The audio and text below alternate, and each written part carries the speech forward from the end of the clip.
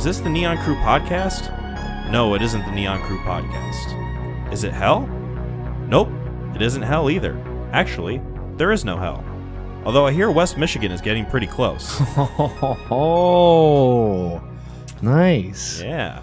Not too many interesting dialogue options I could find on IMDb for defending your life. Not ones that I could like easily squeeze in the Neon Crew podcast in anywhere. A lot of it is like just Albert Brooks being romantic towards Meryl Streep, and also like a lot of snippy back and forth in like the like hearing or whatever, even though it's not a courtroom.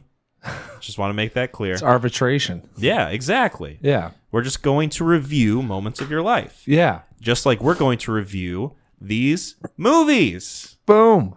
Hey, welcome everybody to episode 92 of the Neon Crew podcast. My name is Kyle. And I'm Mac. And we got some movies to discuss for you guys. Hopefully you guys enjoyed our 4.5 hour long episode on the Oscars. I forget that's the last one. The longest episode that we have had so far. I say so far because I don't doubt that we will be able to top ourselves in the future. Yeah, unless we don't see all of them. I think we need to try to cap the discussions. Yeah. It's tough. It's tough. And especially when like there is so much to say about a lot of those movies. Yes. That it lends itself to discussion so naturally. Yeah. It's like, I don't want to like risk anything not talking about these movies, but yeah. At the same time, you're right in that like, maybe we don't spend half an afternoon yeah. on like 3 of them. Oh my God. But you know what? I have a good time. Hopefully you guys have a good time with a little bit of extra content. It feels like we haven't been in this room in a while because we recorded so early that the distance between us talking to each other about movies has felt so great. I've missed you. I've missed you this whole time. Mac is taking a fat chug of water, Wesco water that he picked up. I'm assuming on the way here. It's a plug. Yeah. Shout out to Wesco. Yeah. You guys want your gas? Soon to be sponsors. Use code NEON at checkout at the gas station. Brings me back to we need to write our own false advertisement in these things. Made up companies. We're almost 100 episodes in and we haven't done it yet. No, not yet. It'll come one of these days. Oh, yeah. Oh, it'll come all right. Speaking of coming, I don't know how to segue into that. I do have something that is not really like a news story, just sort of like a topic of discussion. Okay. That I was thinking we could maybe get into. I don't know about you, but it's been a very fascinating ordeal seeing this like Snow White thing unfolding, like with the advertising campaign, because I want to ask you, how much advertising for that movie have you seen, like personally seen? There was a I'm trying to think of when it first started. I saw 3 or 4 trailers within 2 days, like when it first came out. Yeah. Or when they first dropped it. And then I want to say it's kind of tailored off for me. I don't watch a whole lot of live TV, and like when we do the Disney stuff, yeah, me neither. I usually skip through the ads.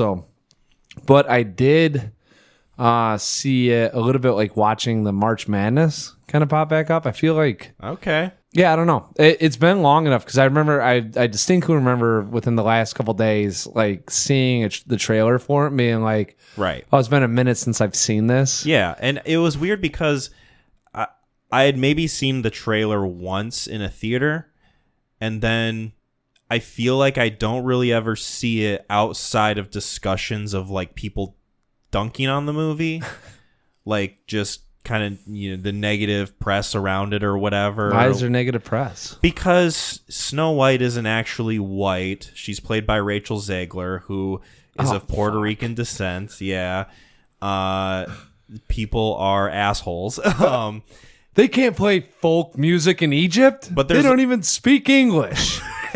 There's also the controversy of the CGI dwarves. Oh, they're CGI'd? Yeah, they're CGI'd. Oh, so they're they didn't go weirdly large for them being dwarves. That kind of feels like they dipped their toe and they pissed off one crowd to appease another crowd and yet simultaneously pissed off 3 crowds. It's so bizarre. And I feel like it's one of those things where I'm only seeing this movie come up when it's being talked about in such a negative way. Like, this movie is absolutely being kneecapped before it comes out, like, hardcore. Not that it's a movie that I think will be good or that I'm looking forward to, but because I am sick of these Disney remakes. But it is one of those things where, like, all right, let's maybe, like, not... like absolutely annihilate this thing before it's even released, right? Like, I get the cynicism towards Disney remakes and like the idea of those. I get that. I am very much in that camp. Yes. But also, like, let's not be fucking racist about it. Yeah. Let's not be like pieces of shit. Well, I also blame Disney for not hiring. Is dwarves the proper? I don't really. Little people, but even that can be diminutive. Shorter people. Yeah. I mean, like, I don't really know. you gotta. I feel like if you're gonna be inclusive one way, why don't you be inclusive the other way? Like, yeah, hey, I know. Peter Dinklage was outspoken about the fact that they didn't use real little people when creating this movie. I mean, and I'm not gonna. Once again, I'm not gonna sit here and harp on Disney for that and all this, but I'm just saying it feels kind of weird that we're going one way and then we're gonna root out the other side. It's like they really didn't want to risk anything, but they also, like, I don't know. Like, I am not that well equipped to discuss the finer nuances of this. I just think it's fascinating that this seems to be like one of the most scorned movies that has come out. Didn't this shit recently, happen with The Little Mermaid not too? even out yet. Yeah, that was also a case of like, we don't like that she's not white. Like, yeah. It's just, it's like, goddamn, like, what are we talking about here? My thing with the movie is, so the evil queen is played by Gal Gadot, and isn't the whole point of the evil queen supposed to be that she's ugly? She doesn't like how she looks. She wants to be as beautiful as Snow White. So then, you know, she like puts a curse on her or whatever. It's like, if you're going to do that, maybe don't hire Gal Gadot, a literal supermodel, to play. Well, we can't go the princess route anymore, so we're just going to make everyone beautiful in these friggin' things. I guess, like, we don't want to shame anyone for being whatever. Disney's buying everything. They don't give a shit. Yeah. Like, no, people are really still going to show up. Let them complain. We'll just buy another friggin' company. Right.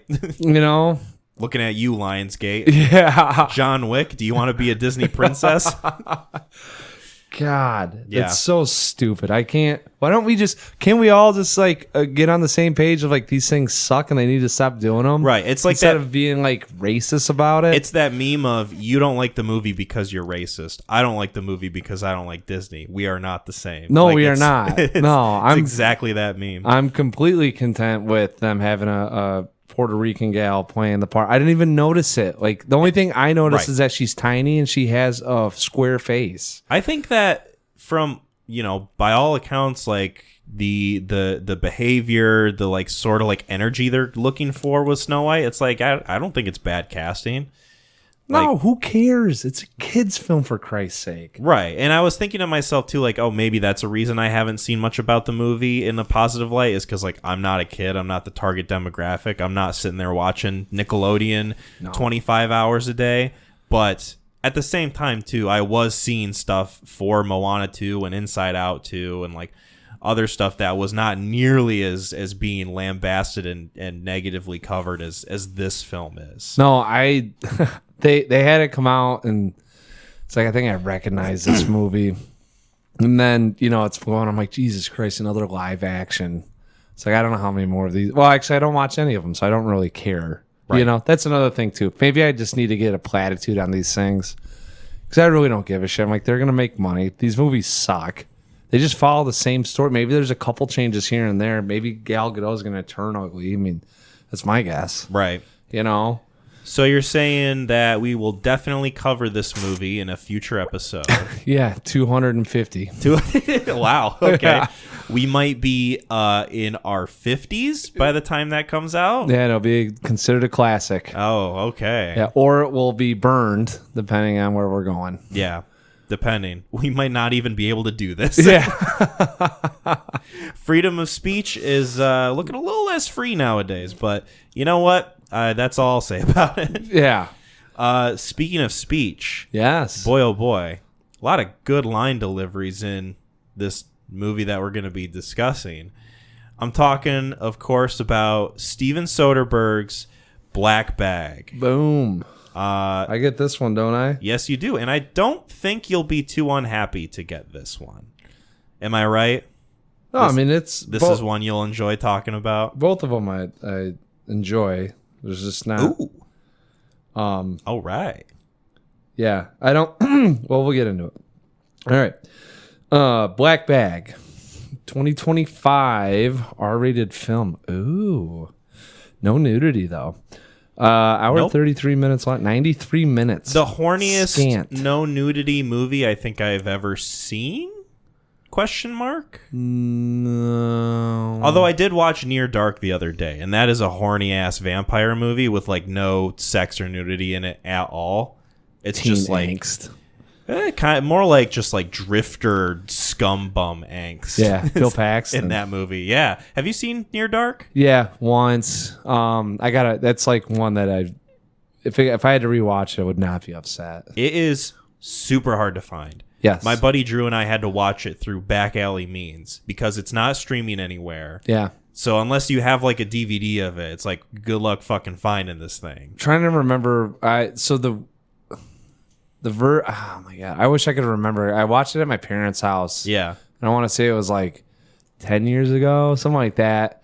But it was the quality of the movie we had was like super grainy and dark. Oh, Jesus. So it was hard. Like it's already a dark. It's a dark film. ass movie, right? So it's kind of like, and I don't. Maybe it was the glare of the sun on the screen.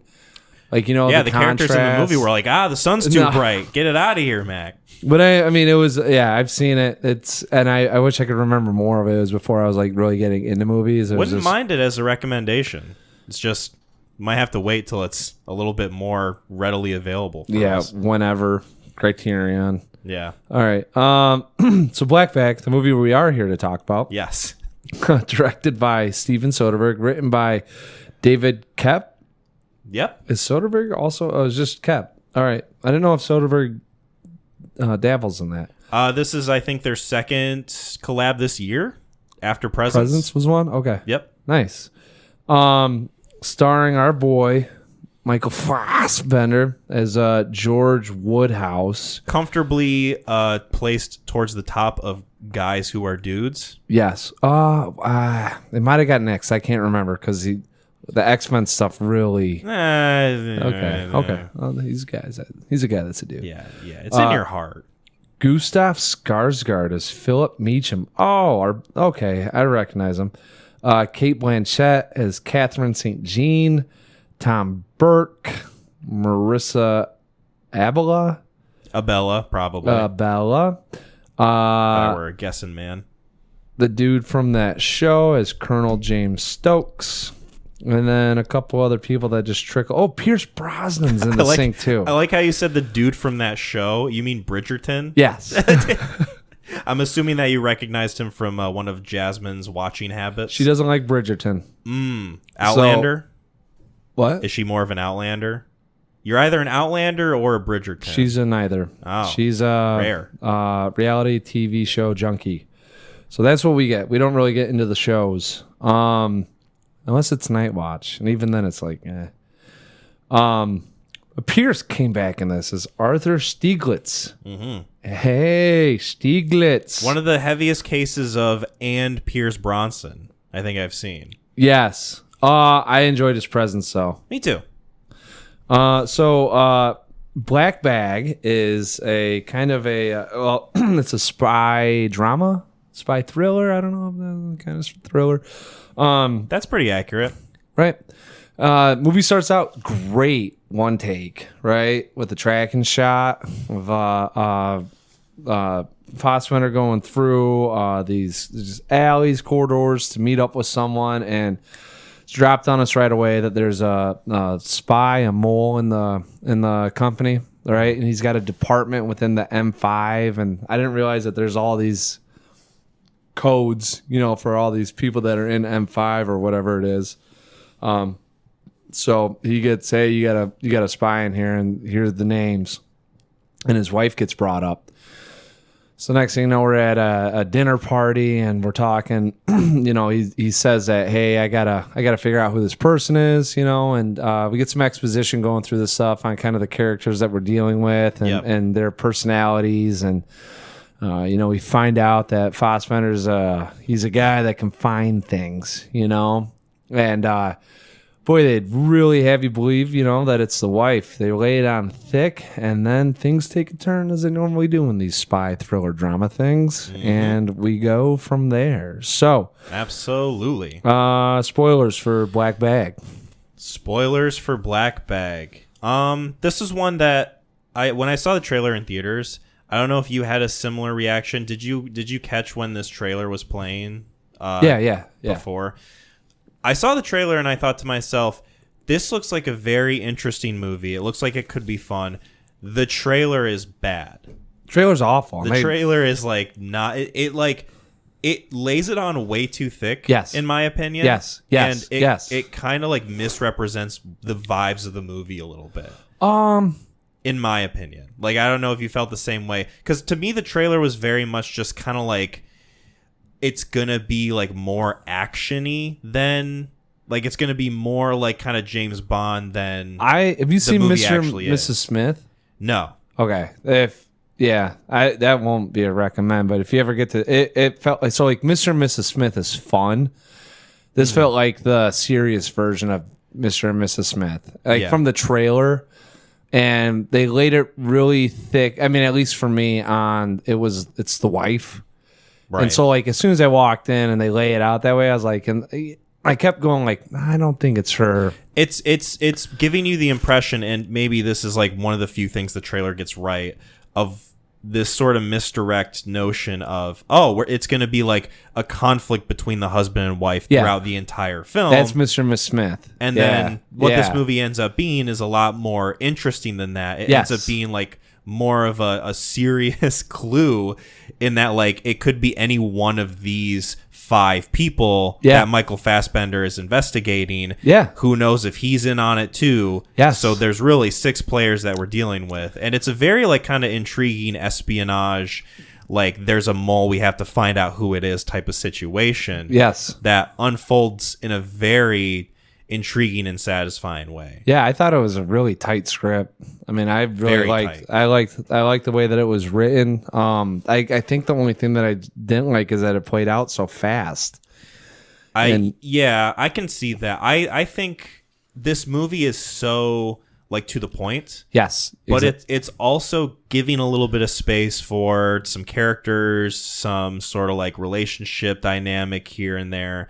You get to see, like, what these people's lives are like in, like, a microcosm, just like moment to moment, like scene to scene. Mm-hmm. You can infer about their personality, even though, like, they are, like, swift professionals in this business. There's not really any, like, lollygagging. This movie fucking trucks. It doesn't feel like it wastes any time. No, that's what I'm saying. Like, when I say tight, I mean, there's not a lot of fat.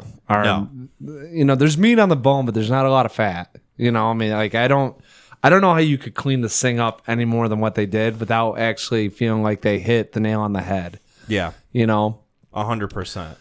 And I think that the performances and the dialogue really exemplify that too.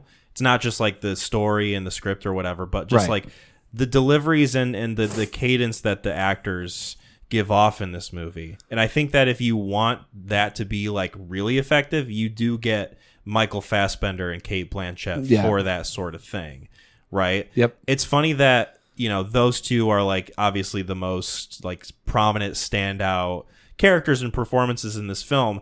It took me probably until today to realize that most of the people in this movie are, like, they're strong players in their own right. Mm-hmm. Like Tom Burke, who we saw in Furiosa, obviously Pierce Bronson. We don't have to, like, put, like, too big of a spotlight on him. Yeah. Thought the dude from Bridgerton was good. Yeah, Reg Jean Page. I'm sorry that I'm butchering his name, but he's good in this movie. Like, and the girl who plays what's her name?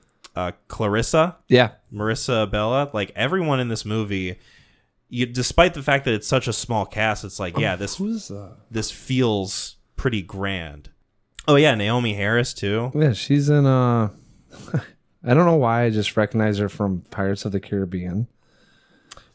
She was in something that I watched. She's in a lot of stuff. Oh yeah, she's in like the newer James Bond movies. Yeah.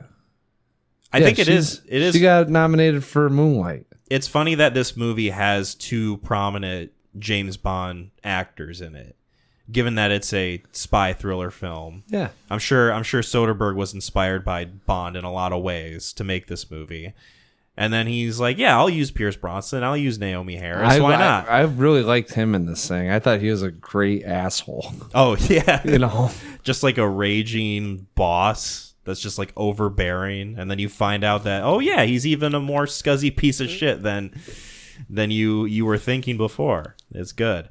But yeah, this is a tight script. This is a tight premise. The performances are really good. Mm-hmm. I think that the way it's executed is so enthralling. It really doesn't let go of you at all. No. Like, every part of this movie feels essential.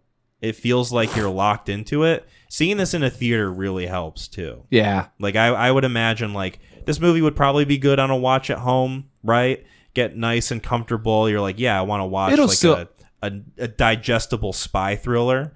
But this in a theater with like the sound design and everything, just really, really nice to experience. Oh, I think that this will still go down the same way at home, just because of the way that there's, like we said, I mean, it's so concise that if you're sitting on your couch, you probably won't realize 90 minutes goes by. Mm-hmm.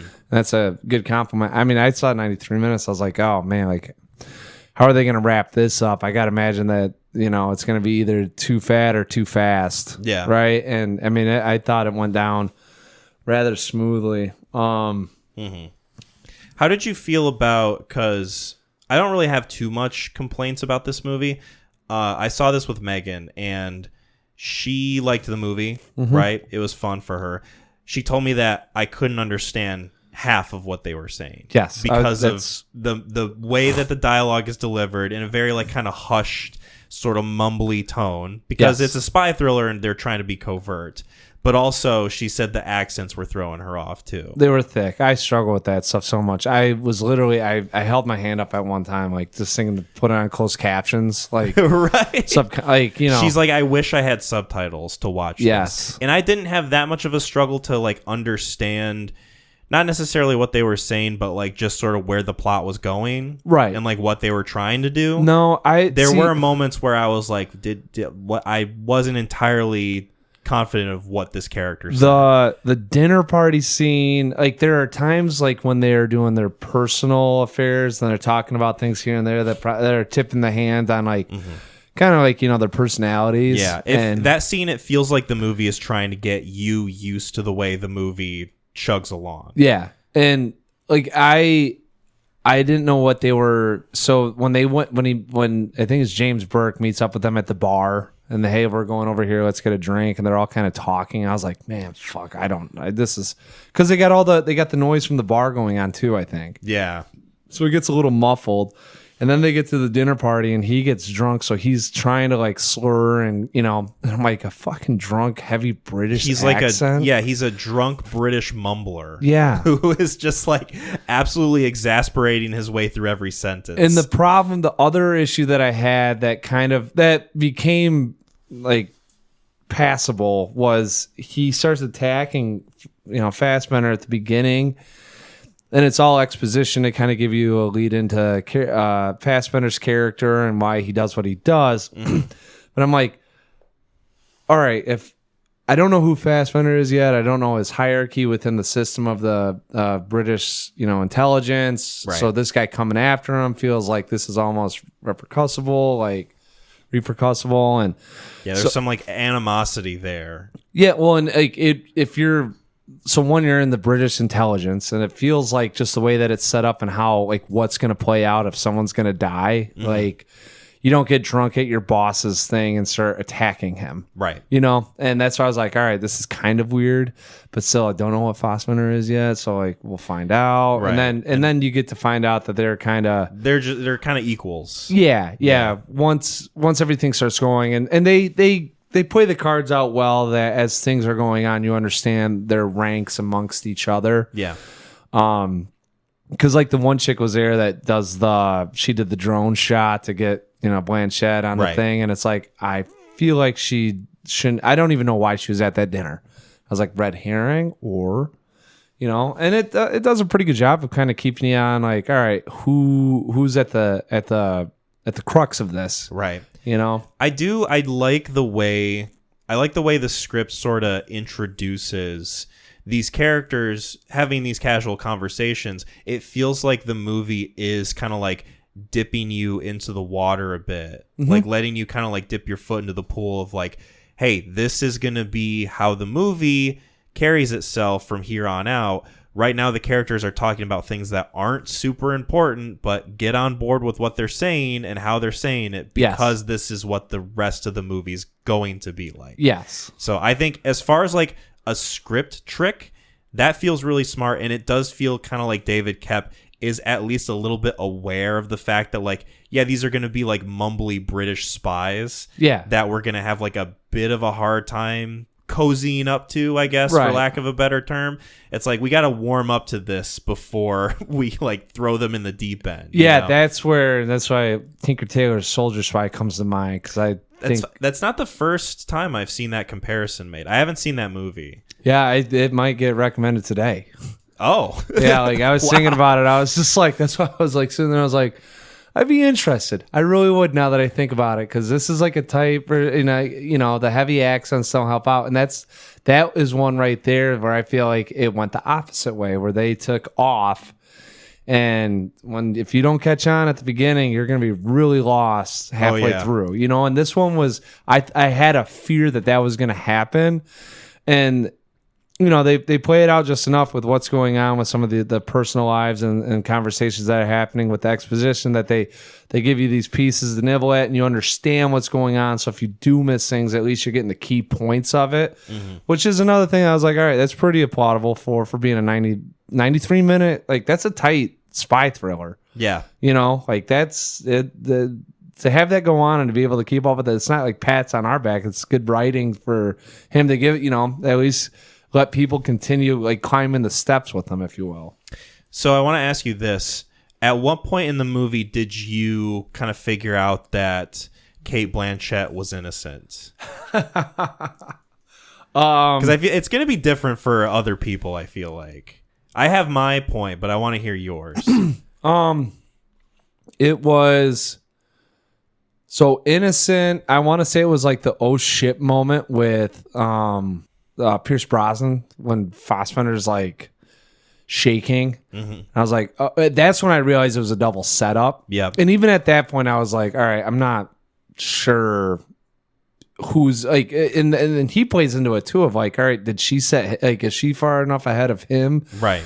And then I started going through the stuff, and I came to the outcome of who I thought it was before they revealed it. And it was mostly just because of a conversation that happened at the boat. Right. But I was Cate Blanchett. I was like, I didn't really think about it until he got caught. You? So it definitely, I want to say that the Russian surveillance scene, the like scene of her meeting with the Russian guy, definitely threw my sort of confidence into a bit of like a wayward state. I did have the thought while they were watching the movie in the theater that she's acting convincingly enough that she hasn't seen this movie before, and that David is closely watching. Not David. Why did I say David? George. I thought of his character from Prometheus. That's why I said David. It's funny. I haven't even seen Prometheus in a minute, but George is watching her close enough, and my thought was, okay, he knows his wife well enough, and we've already kind of made it a point in this movie to point to the fact that George doesn't like liars, and that he's very good at telling when someone is telling the truth. Yeah. based on their behavior and what they say and like how they carry themselves. And he's looking at his wife the whole time. I feel like if he knew that she wasn't being honest, then he would have put a stop to it then and there. Like, he seems like someone who's like very no bullshit. Let's get to the bottom of this like right away type of guy. Yeah. So that scene to me was like, okay, I'm kind of buying the idea that she's not in on it. And then the Russian surveillance scene came and I'm like, but maybe she's not alone? I don't know. Yeah. All right. Well, if we really want to know, I knew as soon as like I walked into that thing that she was a red herring because the trailer, I was like, they laid this thing on so thick. The trailer is, If they would have said it was it's not a good trailer.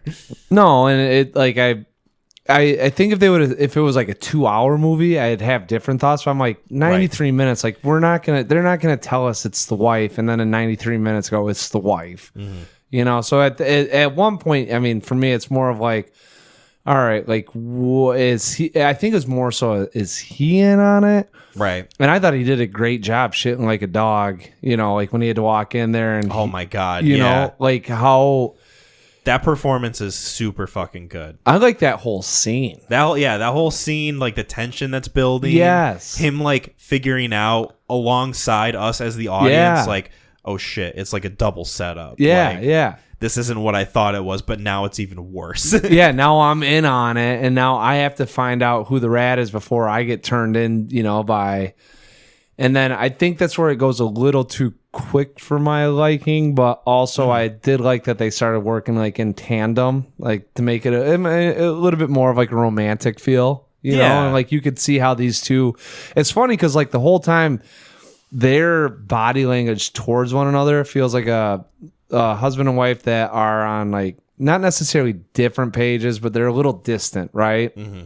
And kind of how did they get to this spot? She seems very confident. He's this nerdy know-it-all guy. Like it feels like she'd blow right past him, you know. And then when they figure it out together, like, and they just go boom, boom, boom, boom on the conversation side, and they're like, we're in. I was like, oh, that's why, because they're both intellectually stimulated by each other, and both of them can pick up each other's weaknesses on what they can't figure out between. And them figuring it out at the same time in like the same way. Yeah. Is like more or less like reinforces that relationship. Yes. That has already been like established as like, oh yeah, this is like the strongest type of relationship you can have with two people who work in this field. Yes. Because obviously like too, this movie is also just about like the parallel relationships that people have with each other. Mm-hmm. You know, how healthy / unhealthy they are. How like in the work environment it can like absolutely shape up like Fassbender and Blanchett, or how it can just like crumble and people can tear each other to pieces. Yes. You know. It was a really good look at relationships in that light. Absolutely. Did you have a favorite performance in this movie? It's so hard to pick just one. I mean, I think I will start out by saying that Fassbender is so good at playing lizard men that yes, I think that it's just like, I want like 20 more of these. Please. He's like, I don't know if he wants to do this or if he's cornering the market, because he had the show on Paramount, The Agent. Yeah. He plays the same kind of, not necessarily the same, but it's another intelligence officer, you know? And I'm like, is this where he's going? Is this what he wants to do? Or is it just he's cornering the market on this? It seems like he has a lot of fun playing characters that are just in like total control over what's going on. Except in Shame. I was going to say, it is a weird juxtaposition to something like Shame or like even The Killer a little bit, where these are characters that are spiraling in a way. Yes. But he still has this like stoic kind of like this like drive to him, like this like determination behind his eyes that make him a little bit scary. Damn it.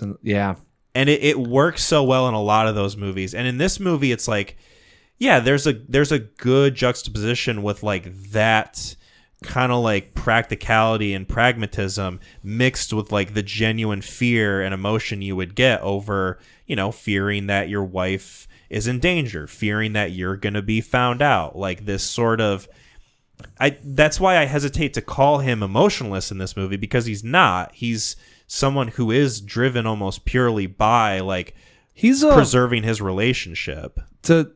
He's detached from society, but not from his wife. Yeah, like I think that's it's like she and their relationship is the only thing that matters. Yeah, well, and they make it very clear at the beginning. Yeah, and would you kill for me, George?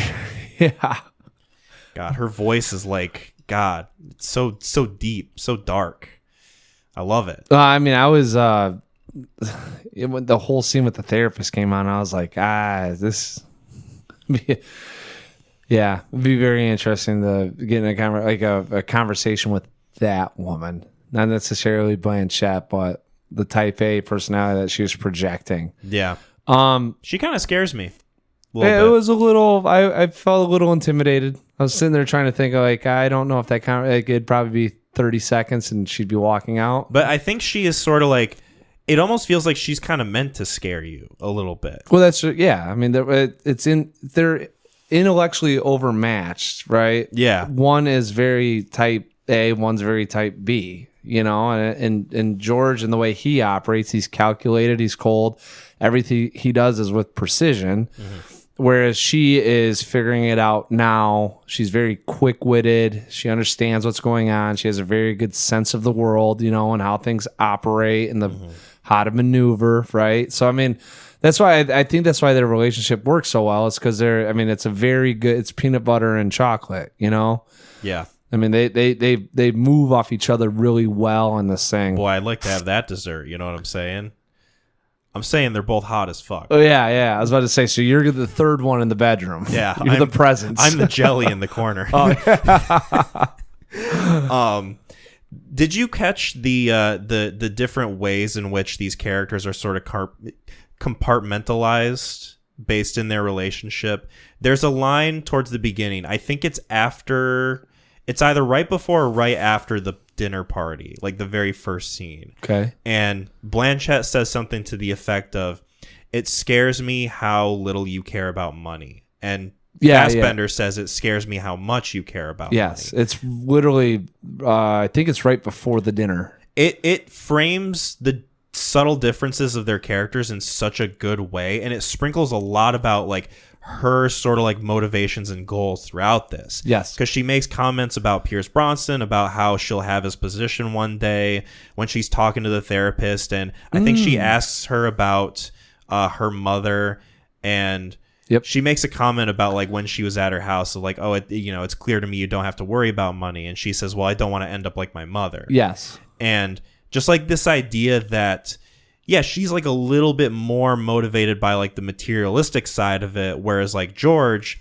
very content with the simple things, the like straightforwardness of it all, the practicality. This guy just likes going on a boat, just tossing his lure out there, like not thinking about the world for a second. That's what I'm saying. Like their personalities are very contrasted. They're contrasted, but in a way that like complements each other. That's what I'm saying. Like they do. I thought it was really nice, and they use the money as a motivating factor. It's interesting. She's the one who brings up the fact that the money's still there at the end in the account for them. So that's what, like, at the end of this thing, like, I walked out of this like, that was really well written, right? Like, that is probably as concise or tight of script that I've seen, at least written in a while, dealing with the plot and what's going on. And then I'm like, oh my God, it's got me thinking, like, do I have to watch this again to see if they did set all this up? Right. Or if it I had that thought too. Like, did it just play out that way? Did they have an idea? Like, are they like, not necessarily is she that smart, but is George that smart that he picked up on it? Or this is just like one of those things of, guess what? Now we don't have to worry about that money. Right. I think my personal opinion, and it could change on another viewing of this movie, my viewpoint is it's opportunistic. The money just happens to be there, and no one's looking at it, so they're going to take it for themselves. Well, right. That's why I want to watch it with some subtitles to see if there's anything that alludes to something that I may have missed. That was like, that's the only time that I get really upset with like heavy dialect from like different countries or different dialects. Is that sometimes those throwaway lines that you're like, yeah, whatever, right, actually play into something. And I'm like, I don't know if I missed something here or maybe they mentioned it there, but like I'm in the same boat. I was like, it's a tip of the cap to have that thought walking out of this thing of like, holy shit, this thing was like straight to point from point A to point B, and yet I still am like, all right, did I miss something? Was there maybe, you know?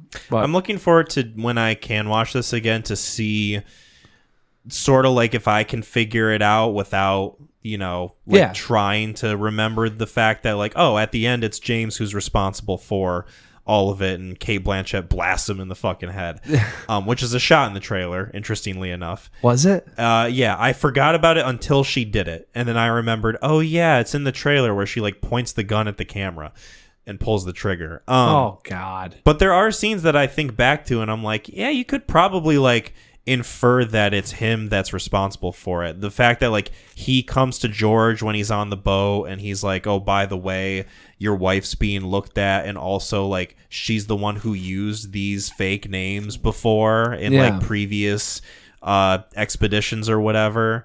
And then he goes back on the boat and he's like, oh yeah, by the way, don't worry about that. Turns out that a lot of people use that name. Oh, blah blah blah. Yeah, like kind of him covering his tracks. Yeah. So I'm wondering if there's more stuff like that I'm not even thinking of that I can just like pick up on and be like, oh yeah, there's a lot of little shit in this movie that trail of breadcrumbs, right? a lot of trails of breadcrumbs that I can just kind of lap up as I'm going through the runtime. Yeah, no, and it's like it went down smooth, man. Like I was like, damn it. I want more. Just a little bit. I don't, they don't need to bloat the thing, but right. It would have been a little bit more fun had they, a little bit more twists and turns. Not much more, but I felt like it just happened so quick. Like as soon as she's handing over the codes to the drone to get the guy, I was like, that felt quick. Yeah. And now we're gonna wrap it up. I think I don't disagree with you that I could have used like another half hour of this movie. Like I would have liked to live in this world, right? Yes. Like kind of get the rhythm of this a little bit more. Yeah. I do personally think that it was the right length for me. Like I think that I'm not discrediting. It's so concise that I'm like, yeah, Soderbergh got this like almost needle perfect. Like I don't know how much he could add or take away. It's like a paradox, of like they did it perfectly. Like the script's so well written that you want more, but at the same time, if you get more, it probably turns it to shit. Mm-hmm. It's like I want to hang, like maybe not hang out, but see more of like this intelligence world of that they're living in. And like what do you get I thought they were gonna have like a story B with Bronson coming on or something that they were gonna have to like in 10 minutes, like all right, and then they attach the guy to another guy, kind of at the end there. Yeah. And no, I'm glad that they didn't. I really liked it in the characters and what was happening. Like I like spy thrillers and just kind of like, all right, let me try to figure this out as we go along too. Yeah. And so that's why I'm always like, I think with all of them, I'm always like, I could use more. Because I just like how, if you rope a whole bunch of elements into it and just start throwing it around, as long as it's well written. There are times when Tinker Tailor Soldier Spy, maybe. And that's another reason why I'm thinking about it, is you can really fuck it up quick. Yeah. And I don't think in this one they didn't. And it's pretty good. Seems to me like it's a case of, this is a very good meal. It's like so precisely made, so precisely cooked. They gave it to me. I ate it. It's delicious. It's one of the best meals I've had. I wish I had more. Yeah. I wish I got more food with this. Yeah, but if you do, you get sick. Right. You might throw up. Yeah. From how good it is. Yeah. Okay, there we go. I turned myself up a little bit, so maybe that'll compensate for it. Garage. Yeah. It's so weird. My neighbors have this garage that's like, it's so close to the fence. Yeah. They have to like kind of park, like they have to like go in sideways a little bit. Yeah, that's when you get the Humvee, the crab walking Humvee thing. Yeah. Yeah. Got to like go sideways inside of it. Yeah. I wonder if they have enough money to spend it on that type of vehicle. Well, they're going to get rid of your fence. Yeah. Well, I hope so. I want to see more of them. And I want them to see more of me. Yeah. Share a driveway. Not in a creepy way. Was there anything else we wanted to talk about with Black Bag? Not that I think my favorite performance it might be Bronson in this thing. Really? I like Pierce quite a bit. He's good. I mean, everyone in this movie is good. I weirdly liked Marissa Abella quite a bit as Clarissa, because she feels like one of the only like emotionally driven characters. Yes. Like it feels like she gets proper room to like express her emotions in a way that feels a little bit outside of their profession. Yes. I mean, it does get touched on. Also, she has this like thing with what George does, that she wants to, conquer that hill. Yeah. So like she's a little bit more driven like there's more motivation behind her antics, and she's clearly not hiding anything. Right. So she doesn't have to play it safe because she doesn't know anything. I also like James Burke. Tom Burke. Mr. Burke. Mr. Burke. Played a good Orson Welles on Mank. Oh. Yeah. David Fincher's Mank. Yeah. I've not seen that. Yeah. It might be a recommendation one day with Citizen Kane. Ooh. Can't really talk about Mank without having watched that, so okay. We'll see. But outside of that, I got nothing. I mean, cool. 93 minutes tight. It's good. What are you gonna do? Yeah. This movie good. Yeah. It's like you said, it's a great meal. Have you seen the memes I've been posting on Instagram? I've been posting a little bit more to the Instagram page. So if you guys want to experience what it's like living inside my absolute sleep deprived brain, then you can experience that by following us on Instagram. Nice. neon_crew_podcast. Couple underscores. Need some overscores. I might change them to periods if I can. Okay. A little bit more punctual. Yeah. Literally and figuratively. Yes. Let's get into ratings. Okay. I'm going first. Yes. This is a very high 8 out of 10 for me. High 8 out of 10. High 8 out of 10. Nice. Another viewing, I might bump it up. This was such a fun time. I had such a good experience with this in the theater. Trailer really doesn't do this movie justice. So if you are curious about this and you haven't seen the trailer, go in blind because you'll thank us. Well, if you get into this point, you know what a lot of the film's about. Yeah, that's true. I guess. Cut this and put it at the beginning of it. If you're prone to short-term memory loss and you've listened to this conversation, if you're just like everything we ever say, if you're like Guy Pearce from Memento, then you'll be fine. Just wait 15 minutes. Make sure you write down the last thing that Kyle said of go see this. Yeah, don't write the rest of the conversation as a tattoo on your body, please. It's not worth it. But yeah, no, this is a high 8 for me. The performances are so locked in. I really like the score of this movie too. Yeah. Like we didn't really talk about the music, but it is a very kind of like appropriate, specific score. Very well shot. It's a shame that this movie isn't doing well at the box office. For some reason, people don't want to see an R-rated spy thriller film, Mac, with Fassbender and Blanchett. It's weird. It's strange. It's head scratching. What's it at right now? It is at $24 million against a at highest $60 million budget. $60 million budget? Yeah. Well, that was probably for 2 characters in this thing. Yeah, right. Fassbender and Blanchett get 10 each. Yeah, and then you got an explosion of a car, which is another 10. So there's half your budget. There you go. Guess what, baby? The rest of this is going to be in rooms, said Soderbergh to the cast. But no, I enjoyed this. Perfect runtime for me. I think that, like I said, if I watch this again, could bump it up. Yeah. Like really nothing that I have complaints for with this movie. Just like the mumbling dialogue a little bit, and also, some of the, I don't know. We'll see. Yeah. I don't need to go too much further into it. No, I got movie's good. Movie good. This is a solid 8 out of 10. It was a weird, like, I walked out of this thing and I was like, that was really good. That's an 8. And I was like, I think it's more like a 7. And then I'm like, well, no, I enjoyed it. It's like, it's just short. I don't know how much I'm going to like take this with me.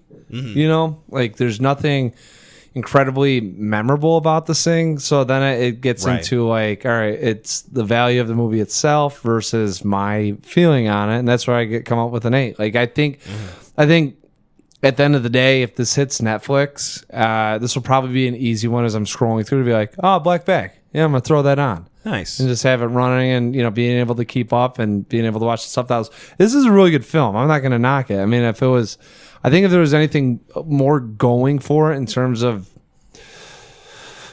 I hate to say memorable, but like. It's a fairly kind of like meditative, grounded movie. Yes. For, the type of thing it's going for. Yes. And then it's hard to knock it. And that's what I'm saying. Like, right.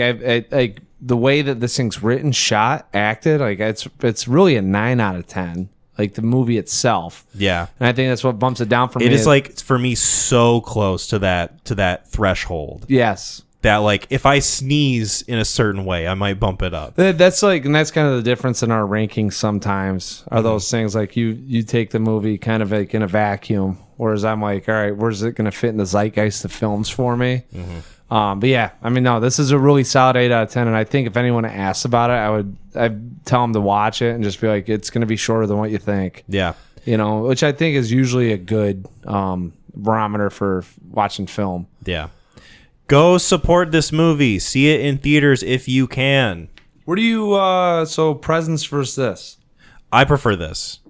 I like Presents. Presents is fun. Yeah. I think that this is more successful in what it's trying to do, in my opinion, versus Presents. Because Presents to me is like a little bit shaky in a few aspects. I think I mentioned in that episode I didn't care for the blonde kids acting. Yeah. And some of the kind of wishy-washy technical stuff, especially with the like medium character, feels a little bit superfluous to me. Yeah. This one is so tightly knit that it is hard for me to not enjoy an aspect of this movie. Yeah, and ultimately too, the characters are not more fun, but they're more dynamic, I feel like. Yeah.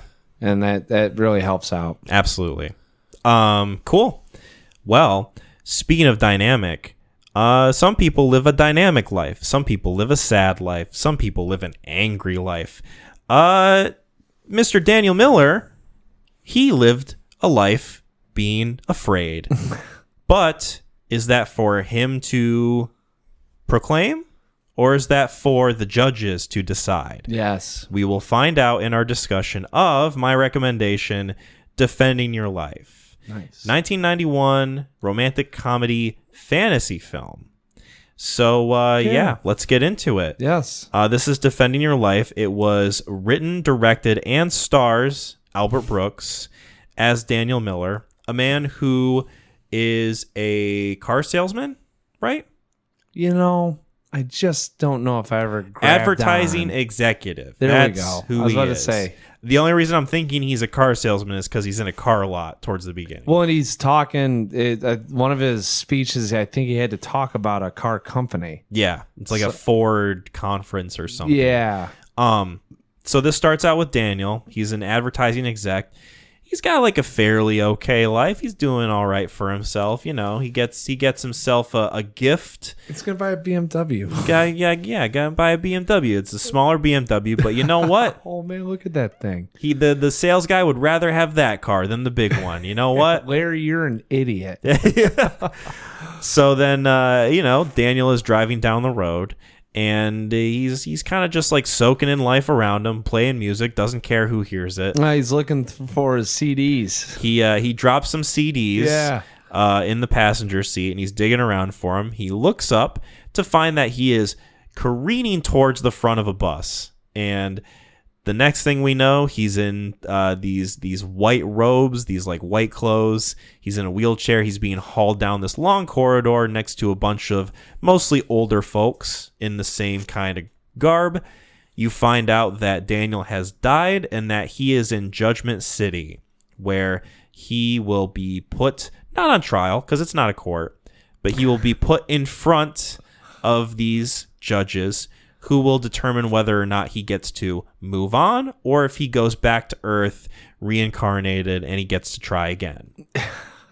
And while he's staying in Judgment City for about a week, 9 days, about 9 days, he runs into Meryl Streep, Julia, and they form a connection. They form a bond. In they found love in a hopeless place, Judgment City. It never felt hopeless, though. Never felt hopeless. Pretty quaint, actually. Pretty comfortable and ideal. Yeah, I was about to say, like, perfect, maybe. Right. So, spoilers, I guess, for Defending Your Life. Although this is a movie in which, like, I feel like you'd be hard-pressed to spoil something like this until you get to, like, the last 20 minutes of the movie, right? This is a movie where, like... Yeah, it kind of is. It's leading up to you have an idea. Yeah. Because the first time I saw it, I remember being like, this has got to be going somewhere because we're getting... Right. Like, There's not a ton of narrative stakes like the first 80% of this movie. No, and even... No. Right. The second viewing, I will say, I understood a little bit better of what he was going for. The first time I saw this thing, I was like, I'm not sure what the idea about this or what it's trying to say, which this viewing was clearly laid out. So we're talking about viewing experiences. So can I tell you about my first experience with this film? Yeah. So this film was introduced to me in one of my courses that I took at Grand Valley State University. I went to school for English language and literature. That was my bachelor's degree with a minor in writing. So I took a lot of English classes, a lot of them, about like different subject matters. I had a class that was about literature and the environment. I had a class that was literature of the Holocaust, where we read a lot of Elie Wiesel and Primo Levi. This specifically was shown in one of my classes called Literature of Death and Dying. So you can imagine just how cheerful and whimsical that course was. Yeah, I'm going to paint a good picture. Right. And that course was, I will say, one of the more interesting courses that I took at Grand Valley, not just because I'm a morbid boy and I like the idea of studying death, but also it managed to cover a wide array of different concepts of dying and the afterlife. We would read things like Lincoln in the Bardo, where it's like, what is purgatory? Like, what does that mean for people with the conventional thought of like heaven and hell existing? Do certain people fall in these parameters? Do they get to live here forever? Like, what does this look like? Yeah. You've got Christopher Hitchens, who was a real person who would like to debate religious figures because he was a staunch atheist, and he wrote a lot about his views, his beliefs, his lack of beliefs, and where that kind of like corresponds with modern thinking in relation to history. And then of course we watched this movie, which is a very like kind of fascinating choice on the professor's part, because this movie specifically paints a very kind of like idealistic version of what an afterlife might potentially look like. We might not get into like specific beliefs of, ourselves or like, what we think is or isn't true. Yeah. But I think that just from a story standpoint, from like a historical standpoint, it is fascinating how, especially now, it feels like a lot of modern contextualizations of the afterlife tend to prioritize this idea of comfort, this idea of optimism, this idea of like the perfect world and like building this thing that's not necessarily called heaven. Right. There's a lot of like, heaven laden imagery in this thing, obviously, with like the white clothes and like the sort of like big pillory buildings or whatever. But there is like this sort of fascinating idea that there is this modern version of what we call heaven, or what we might not call heaven. Yeah. Megan and I have been watching this show called The Good Place. I don't know if you've heard of it. You've seen that show. That is Ghosts, also right? It's about after you die. Oh, and you're with you're in the good Dak place. Shepard's wife. Yeah, Kristen Bell. Yes. Thank you for finishing that thought. But that is very kind of like similar to this movie in a way, because it paints like a very idealistic version of what the afterlife might look like. It's just that one's a little different in that Kristen Bell's character is supposed to be in the bad place. She gets mistakenly put in the good place and then has to justify why she might belong there. Right. This one is, oh no, there is no hell. There is no heaven, really. This isn't heaven. This is Judgment City. This is like the stop between when you get to move on. And I kind of like the way that this movie sort of paints that picture for us, in that like there is like this sort of like comfort in the idea of something so like inevitable and morbid as dying. Because as much as I like to believe that you and I will be immortal and that we'll get to hold hands and talk about movies for the end of time, there will come a day where we no longer exist. And there's this idea of like, oh God, like the legacy that we leave behind, or like, were we good people? Were we bad people? Like, is there an afterlife? Blah, blah, blah. I like that this movie takes these heady concepts and it simplifies it in a way that doesn't feel like quite diminutive, because it does. It goes about it in like a quite interesting way. Like there's little nuggets here and there of like, okay, how does this work? Like, what does it mean to be a little brain? Like, who are these guys that are working these jobs in Judgment City? Were they once people too? What does moving on mean? And there's like enough intrigue there to keep it interesting. But at the end of the day, Albert Brooks decided to write a lighthearted comedy about the afterlife and like, you know, living your life to the fullest and like not taking it for granted and like standing up for yourself and like all these different things that are just like, it's cute. It's packaged in a very cute way, despite the fact that these are concepts that are like some of the grandest, most thought about things ever. No, that's a fair point. I guess that's when you really dive into it. And I had not given the film that much credit in that regard. I think I will give credit to the course that I took. If I had watched this movie and hadn't taken that you know, college course or whatever, I think a lot of this might have been not lost on me, but like I would have probably just brushed it aside. Right. Wouldn't have thought about it as much as I currently do. You have a little bit more context behind some of the other contrasting thoughts about purgatory, heaven, hell, right? You know, and you could almost, there's and I think that those are concepts that are like, to me, like some of the most interesting things to talk about. And I like the way that this movie does it, in that like I feel like I could show this to my parents, who are like pretty religious people, who I don't think this movie's offending anyone. They have like a staunch belief that, well, you say that, we'll get to Amazin reviews later. They have pretty like staunch views on like what they believe the afterlife to be like. Watch this and be like this? Oh, we're gonna find out. Don't spoil the fun later. I feel like I could show this movie to most people. Someone who is Muslim, someone who is Christian, someone who is Jewish, someone who's an atheist. And more often than not, I feel like they will have a pleasant experience with this movie, whether or not it's like surface level, or whether or not them watching this movie gives them like some sense of comfort of what the afterlife might be like. I think it depends on if you take it in that regard. I mean, I get you kind of have to, but it just, I don't know. I'm trying to think of how, maybe not necessarily MacGuffin, but like it feels like it's, and I'm struggling with the word. It takes hold, takes place. It's set up in such a like I didn't know if he had to go that route. You know, this movie is asking you very much to meet it on its level. And if you go into it being like, you know, I believe in heaven and this movie is bullshit, then then you're immediately rejecting what this movie is going for. Exactly. That's what.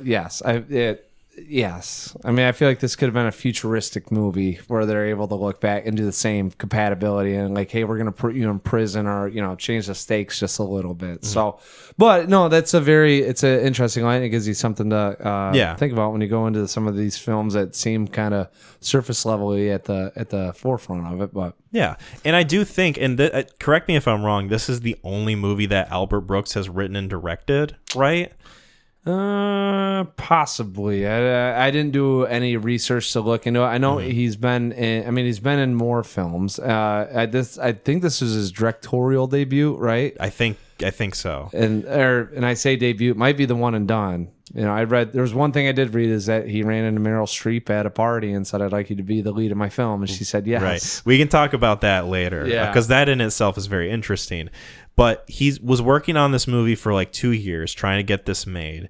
He had a lot of different ideas of like what this could possibly turn into. But it's very clear to me that, to me, Albert Brooks is taking this concept that can be so like dark and morbid, the idea of like death and the afterlife, and he's going about it in a way that's fun, but it also to me feels like, oh, he is like, having a creative sort of like challenge with this as an idea. He's like having fun conceptualizing what the afterlife might be like, the like idealist version of it. So I don't know. I've been talking for a while. You're good. I mean, I keep thinking back. I mean, I get a little bit more of the behavioral aspects of it, and with the how you're raised and your outcome and your lot in life with what he was seeing with his dad. Yeah, I did not really. I always felt like that this movie put him in Judgment City, and he said, "I have a funny thought of like what happens if we get here. This is how it goes down." Yeah, and like a lot of people could watch this movie and come away with a totally like more psychological reading of it. Oh yeah, and I sometimes like when guys get into writing stuff, it's like, all right, is it the thought of death, and this is what we're viewing it as, or is this a funny thought of what if this is how it looked like? And with comedians, you never know. Like he could have been struggling with something. He might have been upset with himself and what he was doing, and that he wasn't taking chances, and it came out in a very meta way. I'm not sure, but that's a great thoughts on it. This is a movie that it kind of like stuck in my mind. I recommended it partially because like I think that these things are just fascinating to talk about. Oh, dude, yes. I also recommended it because a part of me in the back of my mind was like, how well does this hold up? Because I want to say like 24, probably 23 or 24 when I did see this movie. Saw this around the same time then. Okay. When did you see it? You were like the first time? It got brought up on a podcast I was listening to. It got brought up, and I was like, I'm gonna check this movie out. So I want to say it was like around. I want to say I was back in Muskegon, so like 2017, 2018. That was probably a little bit after I watched it. So I mean, it hasn't been too far, but I mean, it did give me one of my funnier things that I always bring up is that like when you make it to the pearly gates and you could watch a replay, like they have everything. I remember I was talking to my brother one time, and I was like, I'd love to get up there and just see how many minutes did we spend doing like yard work, right? Like if you live X amount of hours. That is the thing that I often think about too, is like I wish like after you die you can have access to stats. Yes, like you can see like all the different like stats and categories, like just like sift through the archives. Oh, dude, one of them was like, how many times have I sat here and go, right. And then get 20 minutes of that going on. Oh, like, it's more than 20 minutes, I promise you. So I've thought about making a supercut. But I also I have the thought too of like, how much poop have I made ever? Like if That's a fair thought. If I took all the poop that I have produced, like in my lifetime, do I have enough to fill like a swimming pool? Do I have enough to like make a whole like castle out of it? You know, like I want to see this like measured. Not a sand castle, but a shit castle. You know what? Exactly. Get the bucket and the pail ready. Yeah, just need a little straw. But yeah, no, it is. It seems like he is taking these things and it's like, yeah, these are like fun things to think about. Like the idea of like going around asking people how they died. It's like, oh, I got shot in the head, or like I fell down and bumped myself into concrete or whatever. Yeah, and like a very I don't want to say holistic, but organic matter. Like it's not something where it's a touchy subject. Everything in that I do, I like Judgment City, so Judgment City looks fun. It right? looks pretty rad. I was like the only thing I didn't think I liked was I heard there was only 5 channels on the TV. And that's something that we can talk about, but that is like sort of one of the hiccups I have against this film is that it feels like for the sake of the comedy and for maybe the sake of like some of the like psychological reckoning of like one's childhood and how they've lived their life, it seems like Albert Brooks was holding back a little bit in what Judgment City could offer you.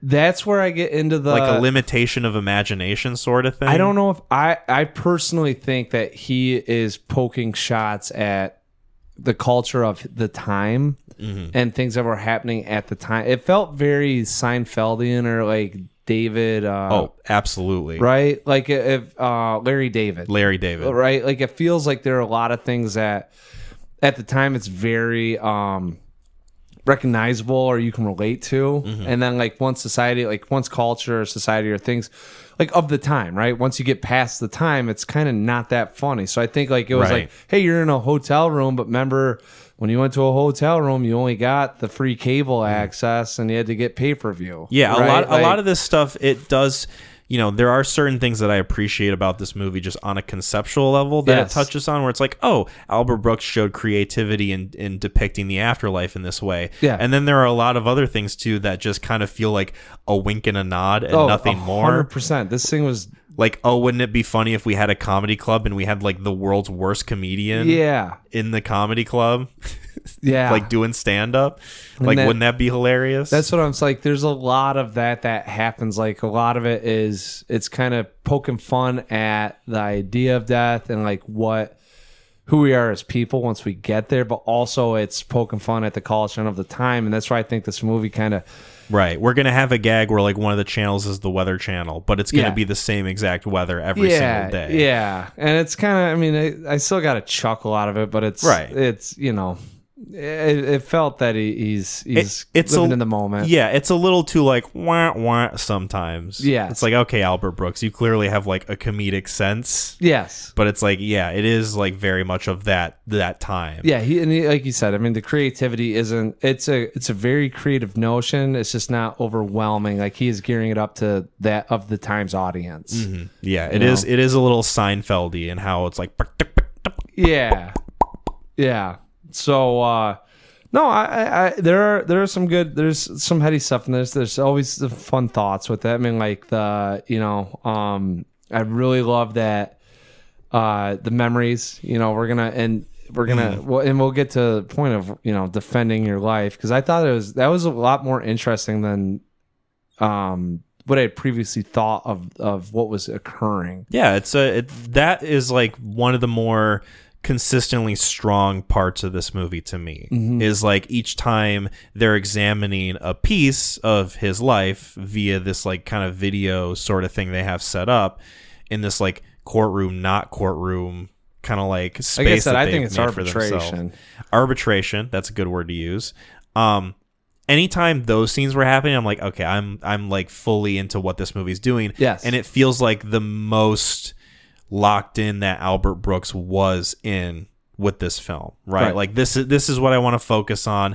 This is what I want to spend my energy on, right? So therefore, this feels like it has the most clarity. Well, and not that I like hate other aspects of this movie. Yeah. Like, some are like a little bit more hits than others, but that one to me was like, okay, this is like the clearest goal he set up. And I think those scenes in and of itself, I think hold up to now. And I think at the time were way further ahead than what people were giving it credit for. Like he really touches into, and I want to say nature versus nurture, or just the way your upbringing can impact the way that you are once you get into your 20s and 30s, and they do a really good job about showing his home life and how his dad impacted a lot of how he was feeling. You have Rip Torn defending the sense of he doesn't know what's going on. He's a young child. Like we're building up the case for him that he was afraid of his whole life because of his upbringing and what happened here. And then you have the lady coming in saying, no, he has free will. He can make his own choices. Yeah, the like reframing of the same situation. Yeah. And I really liked, I mean, that's like one of those are that to me, I'm like, you could still show that, and that could play out in a psych class, that's very true.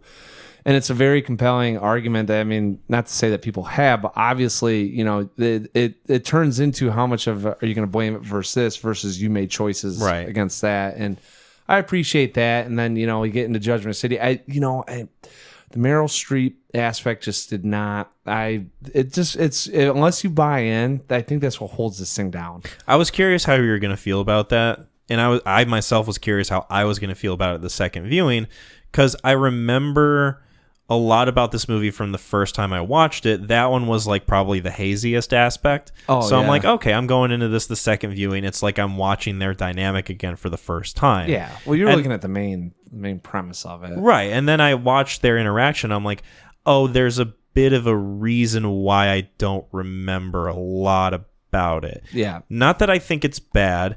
Right. It is like a focus of the movie, especially like towards the end. But there is a bit of a lost quality about their interactions. I think their chemistry is all right. I think that, you know, their back and forth is like cute enough, but there is sort of like this kind of like bland awkwardness about their interaction that is just like a little too in the clouds. 9 days, and they're gonna fall in love in 8 of the nights. What And they're talking about doesn't feel of consequence. It doesn't really feel like it's got like... There's no connection. There's no connection. Well, I wouldn't say there's no connection. To me, it's just like what they're talking about is so surface level. Like it's either an opportunity to have like a back and forth dialogue of jokes, which I don't mean to be mean to Mr. Brooks. Few of them could have used like a bit more of a pass. It was in of my the opinion. time. That's what I'm saying. It's very of the time. Yeah. And also the most affection that they show that has any sort of like, not even depth, just like meaning, is when, you know, they say like, oh, I can't stop thinking about you. I can't get you out of my head. Yeah. Like, you're this to me, you're that to me. It's like, I feel like we haven't been shown enough that these two have a connection, right? There's no connection. I mean, not to say no connection, but to within 8 days to be like, oh, there's something too hazy about the way they're set up. It's band camp. It's a people. You're in an isolated area. You don't know anyone around you. You make an attachment. He's the only one around that isn't like elderly as shit. Yeah, and you know, and that's it. Like you're looking around and you're kind of like, all right, who's my lot in here? And then you find, you know, each other, and it's like, we're just gonna go off that. And it's like I could use a little bit more strife or contention or something like. Something happens to make us challenge the belief that they are in love with each other. Because I'm also like, no, this is honeymooning. You know, it's the first days in the relationship when you're texting or you're on the phone. Like, this doesn't mean shit. My thinking is, and I wouldn't want them to make her like a manic pixie dream girl or anything. But if you're going to have a movie where the whole angle of it is he was afraid of a lot of aspects of his life that held him back for like different opportunities and like standing up for himself and like all these things that like, you know, did him harm unknowingly, knowingly sometimes. If you're going to have that be a part of the movie, then have that mirror his interactions with Meryl Streep in a way where it's like, she's got her shit together. She's like fun. She's a good person. She's excellent. She's not afraid. She's confident. She's like slam dunking her case. And it's like he is in desperate need of someone who can help him with that sort of thing. Have it be that she is willing to like lend a hand and there's like complications from that, makes their relationship and their dynamic a little bit more interesting. Challenge him a little bit while he's in Judgment City. So that way...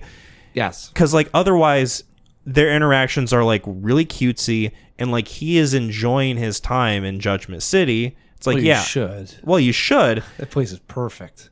But there's also this idea that, like, he has struggled to, like, gain that confidence in his life. Yeah. And now he's in a place where he has no reason not to have confidence and to not, you know, be afraid or whatever. Like, he has no reason to be afraid in Judgment City at all. Yeah. Right? But he still, like, has that psychological barrier of, like, oh, I don't know if I can. And then, like, you have the safety net of Judgment City. Let Meryl Streep be the character to kind of guide you towards, like, what you ultimately want, which is to not be afraid, to move on, and to be with her. Right. Do it in a manner that feels realistic or humanistic, like or just like fucking interesting. Like, she didn't do anything besides like, you know, hey, like this is a layup, or you're not gonna come sleep with me. I'll see you later. And right, if she challenged him to the sense where she kind of put him up to this point, and maybe that's what you could see that one night of like come over being, but like have her do it a little bit more throughout the thing. That's and then, exactly what I'm asking. Yes, drop the love angle. Don't give me the love angle. Give me hey, this is a human connection that we're making, and we're gonna see what happens. They fall in love like way too quick, right? Make it something that it's like that's not even on the table. She said I love you like on the 8th night or 7th night. Like it was, I'm like, come on. Right. And then you guys are only hanging out for like 2 hours every day. Yeah, it's way too fluffy for me. Yes. Way too fluffy. That is like my biggest gripe with The Thing. And also the fact that like some of the jokes don't entirely land, but I mean, no, they're for every one that hits 3 miss. And I think right. To me, like the performances kind of make up for it because they are being charming and likable, right? Oh, I'm yeah. behind like what they're doing. But yeah, some of the comedy of this is like, I don't know about that. Like, not that it was like offensive or anything. Just like this kind of fell flat there, Mr. Like, Brooks.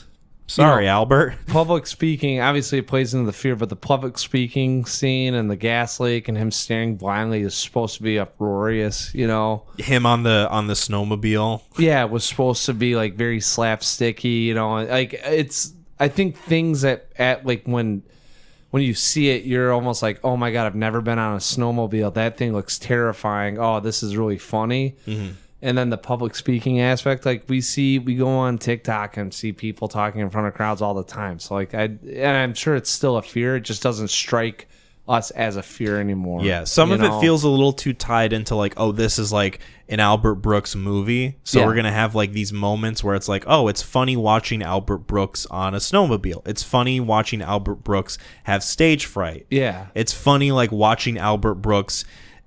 You know, they say he's 24 years old and he still looks like he's fucking 49 or whatever he was when he made this thing. Like, it feels a little bit too tight, and it goes back to that like comedian thing of like the 90s of like, oh, we gotta like tailor it to who he is. Because like I like Albert Brooks, I like his performance in this. Yeah, does not feel any sort of like deviation from like him as a comedian or like him as a person. Right. You might as well just name the character Albert Brooks instead of Daniel Miller. Yeah. Right. That's all we're seeing. Yeah. Yeah. I mean, that's kind of, I was not necessarily in and out.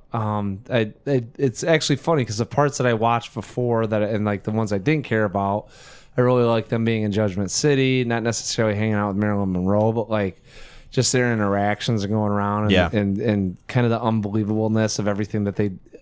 Like every time he's talking about food, he just can't believe how much food he's going to get. I know. They really like hammer home the food angle of Judgment City. It's like, oh, this is the best place about this place is the food. Yeah, and I keep thinking it like ties back into like being in New York when, you know, you'd have to come up with a reservation, you know, 7 nights ahead or 12 nights ahead or 3 months in advance. You know, now all of a sudden you're going to the best restaurants and eating as much as you want. And you know, there's some fun aspects of it, and then there's just some like kind of yawn aspects going on. And I have a couple of like smaller things that I really do like that I want to spotlight.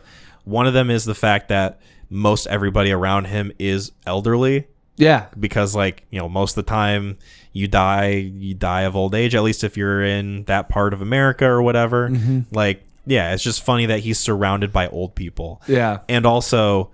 Building off of that, the scene where he's on one of the trolleys or whatever, and this old woman's behind him, and they start talking, and she starts repeating himself, and she's like, "Did I say that already?" And he's like, "Yep, 2 times now." That whole interaction it's funny, but it's also just like, oh God, this is so relatable. I've been in this situation where like, you know, I'm not like being an asshole, but someone's talking at me and I'm just kind of nodding the whole time. And I think there's some irony going into you're in this perfect city with all these not necessarily perfect people, but nothing can go wrong. And yet you still find yourself in the same situation you would on a New York bus. Right. You know? Yeah. Like this isn't heaven exactly, but it's supposed to be like this kind of idealistic portrayal of like the afterlife in Judgment City is like this big grand thing with like these very impressive like set designs. Yeah. And there is still like this sort of like mundanity about it that I appreciate. The fact that he's like staying in a hotel still. Dude, when he goes when he's about to meet Rip Torn. Right. He's looking at the books. He's in a law office. Yeah. And he's like, he pulls up and it says, it's, you know, aerial shots from Los Angeles, aerial shots of Hawaii, aerial shots of Judgment City. Yeah. And he like picks up, he's like, oh, I guess I'll read this. There's something so liminal about the way this movie looks. Kind of reminds me of Truman Show show in that way, where it's like, yeah, we built this place to like reflect sort of like what humans are familiar with, right? But it's still like kind of like otherworldly and uncanny enough to where you watch it and it's like, I could see this if recontextualized being like a nightmarish environment. With like all these fucking buildings and like roads and like empty streets and shit. Like if you were to think of Groundhog's Day in the most like unbelievable place ever, and just have like think total ecstasy, you know, and then all of a sudden you realize it's the same thing over and over again. Like it's the same 5 channels, it's the same damn books, it's the same 3 golf courses, it's the same meals every night we go. You know, like. It's a very fun. It definitely opens up other ideas and thoughts about is there a parallel here, right? Could you make the argument, you know, or is there more of this untapped universe? I'm wondering how much of it is like just kind of like the quaint idea of like, oh, you know, it's like heaven, but it's still familiar enough to where we can like identify silly little things like putt golf and like staying in a hotel. And I also wonder if part of it is Albert Brooks, and maybe I'm giving him more credit than I need to. Possibly. Thinking about it in a way where it's like, yeah, humans have such a funny, like, incapability of conceptualizing this idea of afterlife that isn't tied to who we are and like what we're familiar with. So like I find it funny that like my idea of heaven would be like this mundane like putt golf, like staying in a hotel, going to an Italian restaurant type of thing, you know. We meet Albert Brooks and he's like, no, Judgment City's my heaven. Right. Yeah. And it's like ostensibly like most other depictions of heaven or hell is like, oh, this grand thing with like unimaginable architecture and like people floating in the sky and like all these different things. Yeah. And with him, it's like, oh, wow, I sunk that in one go. Yeah. And I get swung to eat my golf 30 club. pieces of shrimp. Right. You know? Do you want 6 pies? Yeah. 9 pies. So it's 9 pies for every day. Dude, they kept I didn't give him credit at first, but they kept doing the callback of how many days he was there, and just like, oh, 9, huh? Not that great. He goes, I know where you're not going. He goes to the fucking sushi place. They're like, 9 days, huh? You better drink more sake. Right. They're like, here, live it up, dude, because it's probably not looking good. So how many times has he been to Earth? Because they say that 20. So it's his 20th. Yeah. And then he asks like, oh, do I just keep going back until I get it right? And they're like, no, eventually like we kind of have to say like, all right, buddy, like what's going on here? And then they throw you away. They throw you in the trash. I think it plays they just say it's like, where's that guy? It's like, well, just kind of gone. Right. You know, that's where you go. You no longer exist. No, that's death. Yeah. That is like, oh boy, I'm like staring at the black void and there's nothing. I was thinking that he was maybe tying in a little Darwinism in there, you know? Mm-hmm. And like you're right. Like if you haven't got the hang of this yet and like there's no like need for you to be around. Yeah. Like survival of the fittest. You felt like he was taking some of those big ideas from other realms and loosely placing it in here. Like he didn't really dive into any one thing, but I like how they give it enough of a cushion to be like, oh yeah, don't worry about it. People have been back to Earth hundreds of times. Yeah, like, you'll be fine. Well, they say that, and then he's like, hey. He looks at his like 20th time. He's like, still not getting it. Right. you know. Exactly. Like it's really funny how and he's poking a lot of fun at him, and it does feel like Albert Brooks. Like it's kind of self-deprecating a little bit. 1000%. Right. Like he's like, all absolutely. right, like I'm an idiot. I've done this. Like I'm gonna take all these shots, and this is like if I had to imagine, like I'm a little brain person. Yeah. His brain is at 48%. 3%. How about when they get the other guy in there too? That's supposed to represent him. He does shit. It's like 51%, huh? 51%. No, nothing. You don't want to say anything? All right, cool. I guess we're moving on.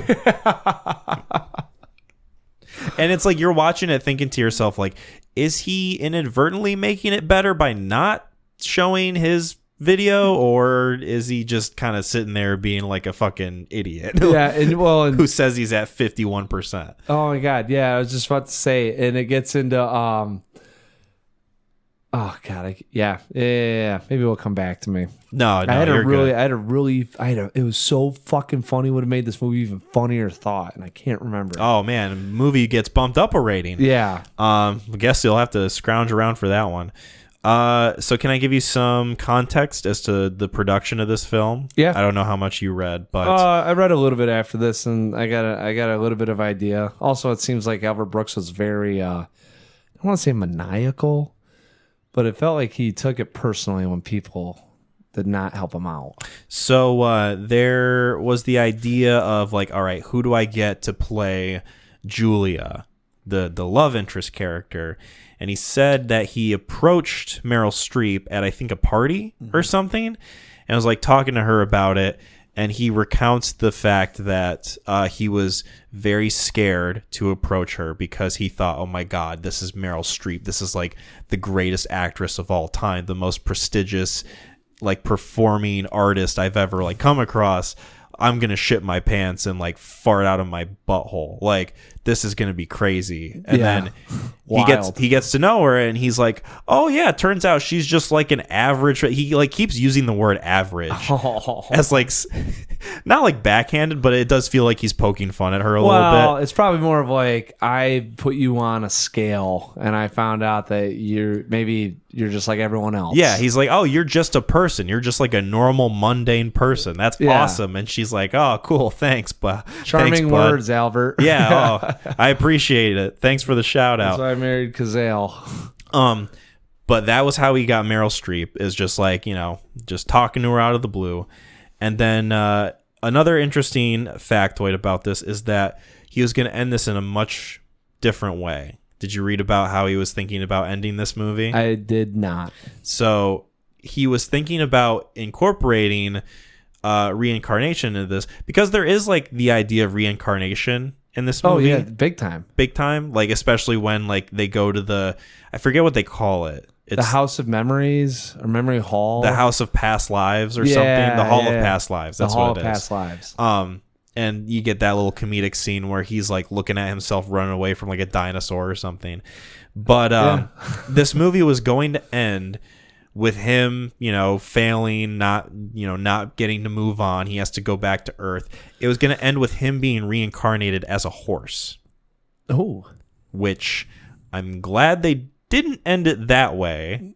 Very symbolic, maybe? I don't know if this movie would have the sort of like cult status that it has if they had ended it in the way of like, oh yeah, he just ends up as a horse on Earth. Yeah. And you just see him stand there going like, and that's the end of it. It's just Albert Brooks' face like superimposed on his horse. It's the hair. Yeah. It's the fucking fro. Yeah. But yeah, I don't know how you feel about that as a possible ending to not this. Great. Yeah. Yeah, that doesn't not ideal? Yeah. I don't know what that ends like that, and it's like, boy, this movie was kind of funny up until this point, and now I just don't even get it. Yeah, now I'm scratching my head wondering if I'm hungry enough to get Domino's now. What? Yeah, what arc are we looking at here, or what's maybe it's suggesting? Right. Yeah. I prefer the ending that we got, for sure. Yes. Let's talk about the ending. How do you feel about it? Did you enjoy him conquering his fear of getting on the bus? It's so obviously telegraphed when he's in the hotel and they're talking.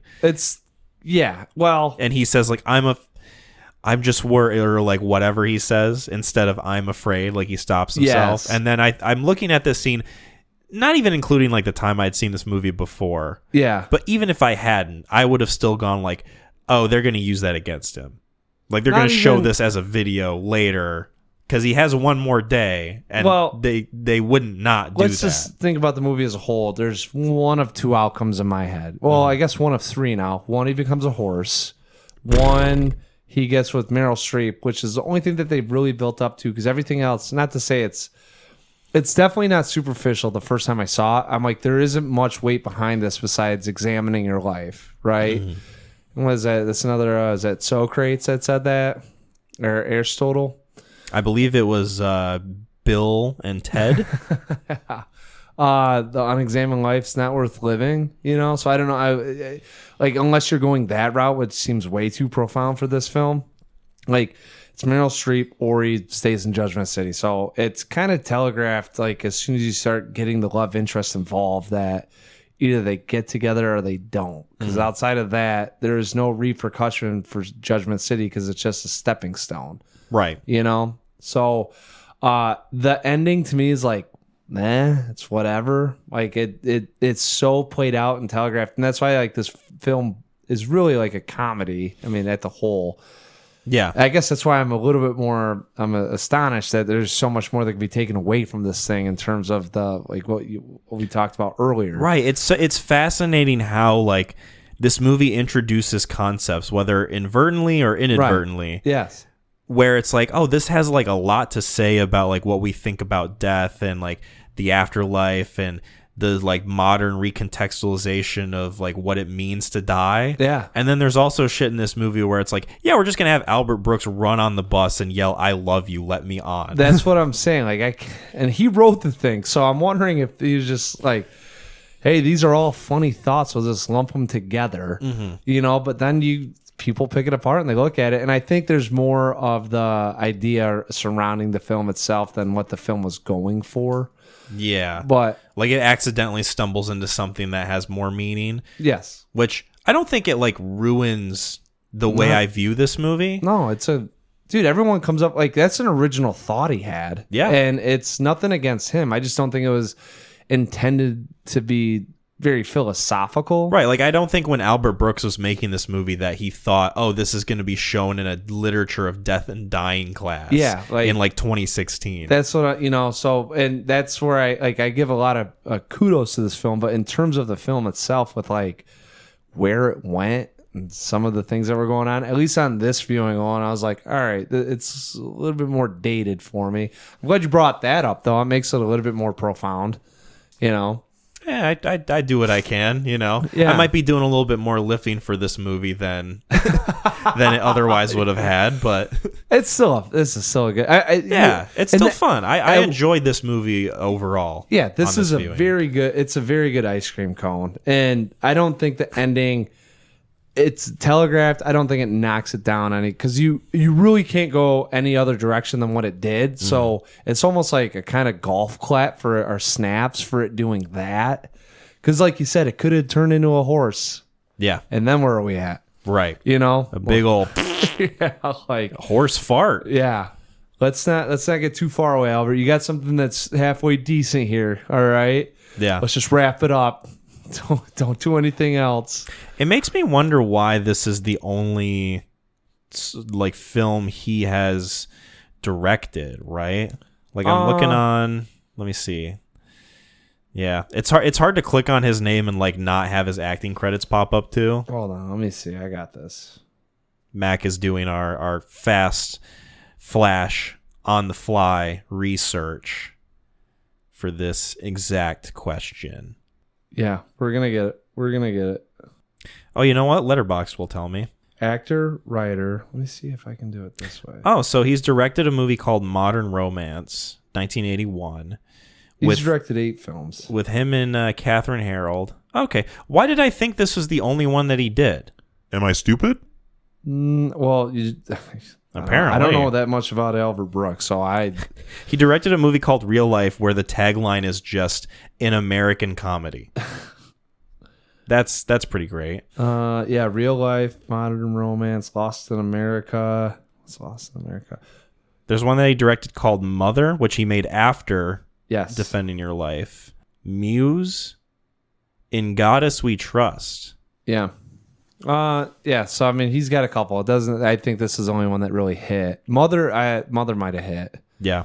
I know my grandma owned the movie. No, it's a cute little picture of him kissing Debbie Reynolds on the head. Yeah. Yeah. Adorable. Little smoocher. My grandma owned that VHS. I'll never forget that. Now I don't know what it's called. I mean, now I know. Well, now you know. Yeah, but that poster art right there, I'll never forget. Because I always looked at it, I was like, this movie looks weird as hell. Right. Like, what's going on here? Is there something more nefarious? No, Brooks... I mean, I'm like 7 or 6. Nefarious isn't even a word I know. Oh, yeah. You're not thinking of GILFs at that time? No, it's just you're looking at it. It's like, is this movie just about a guy with his mom? Like, how intriguing is that when Yeah. you're 7? What's the story here? Yeah. And the She title picks him up from school. Well, I mean, he's grown-ass man. Was there anything else we wanted to say about Defending Your Life? I think I've said all I need to say about the movie. Oh, no. Just another, like, one of the IMDb things that I read. That's why when I said maniacal, does it sound like he got turned down with a couple roles and he kind of, not to say held it, but like still found ways to get what he wanted out of the roles. But the one was Rip Torn. So originally he wanted... Yeah, we didn't even talk about Rip Torn, really. Yeah, well, you don't... A man whose both of his names are the verb of the same thing. Rip Torn. Yeah. Wow. Things you didn't know. Maybe that's why he's... So, Rip Torn, the last thing I saw on him, and I don't know if you want to look at it or not, he got drunk and held up a bank, I think. What the fuck? Oh, yeah. I might be getting the guy wrong that did it, but like the last news I remember seeing about Rip Torn is he got... So he died in 2019. Yep. I'm on his Wikipedia now. Yeah, you gotta see, he got into some legal stuff, man. And like one of the things I remember reading was So on January 29, 2010, Torn was arrested after breaking into a Litchfield Bancorp branch office in Lakeville, Connecticut. He was charged with carrying a firearm without a permit, carrying a firearm while intoxicated, Yeah, there you go. first-degree burglary, second-degree criminal trespassing, and third-degree criminal mischief. Yeah. The Connecticut State Police said Torn, who lived in Lakeville, broke into the bank thinking it was his home. In court, his lawyer told the judge his client needed help with alcohol abuse and that he could start treatment Maybe not immediately funny. in New York. Yeah. Torn was released on a $100,000 bail. Yeah.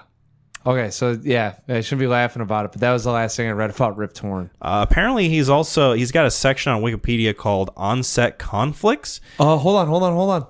So I believe it was Fonda, Jack Nicholson. So Albert Brooks wanted, I think it was Fonda, or maybe it was Dustin Hoffman. Okay. All right. And then it went to Nicholson that he wanted to be the lawyer, right? Because he liked Easy Rider and he wanted to have something about like whatever it was, the free-spirited lawyer, perhaps. Mm-hmm.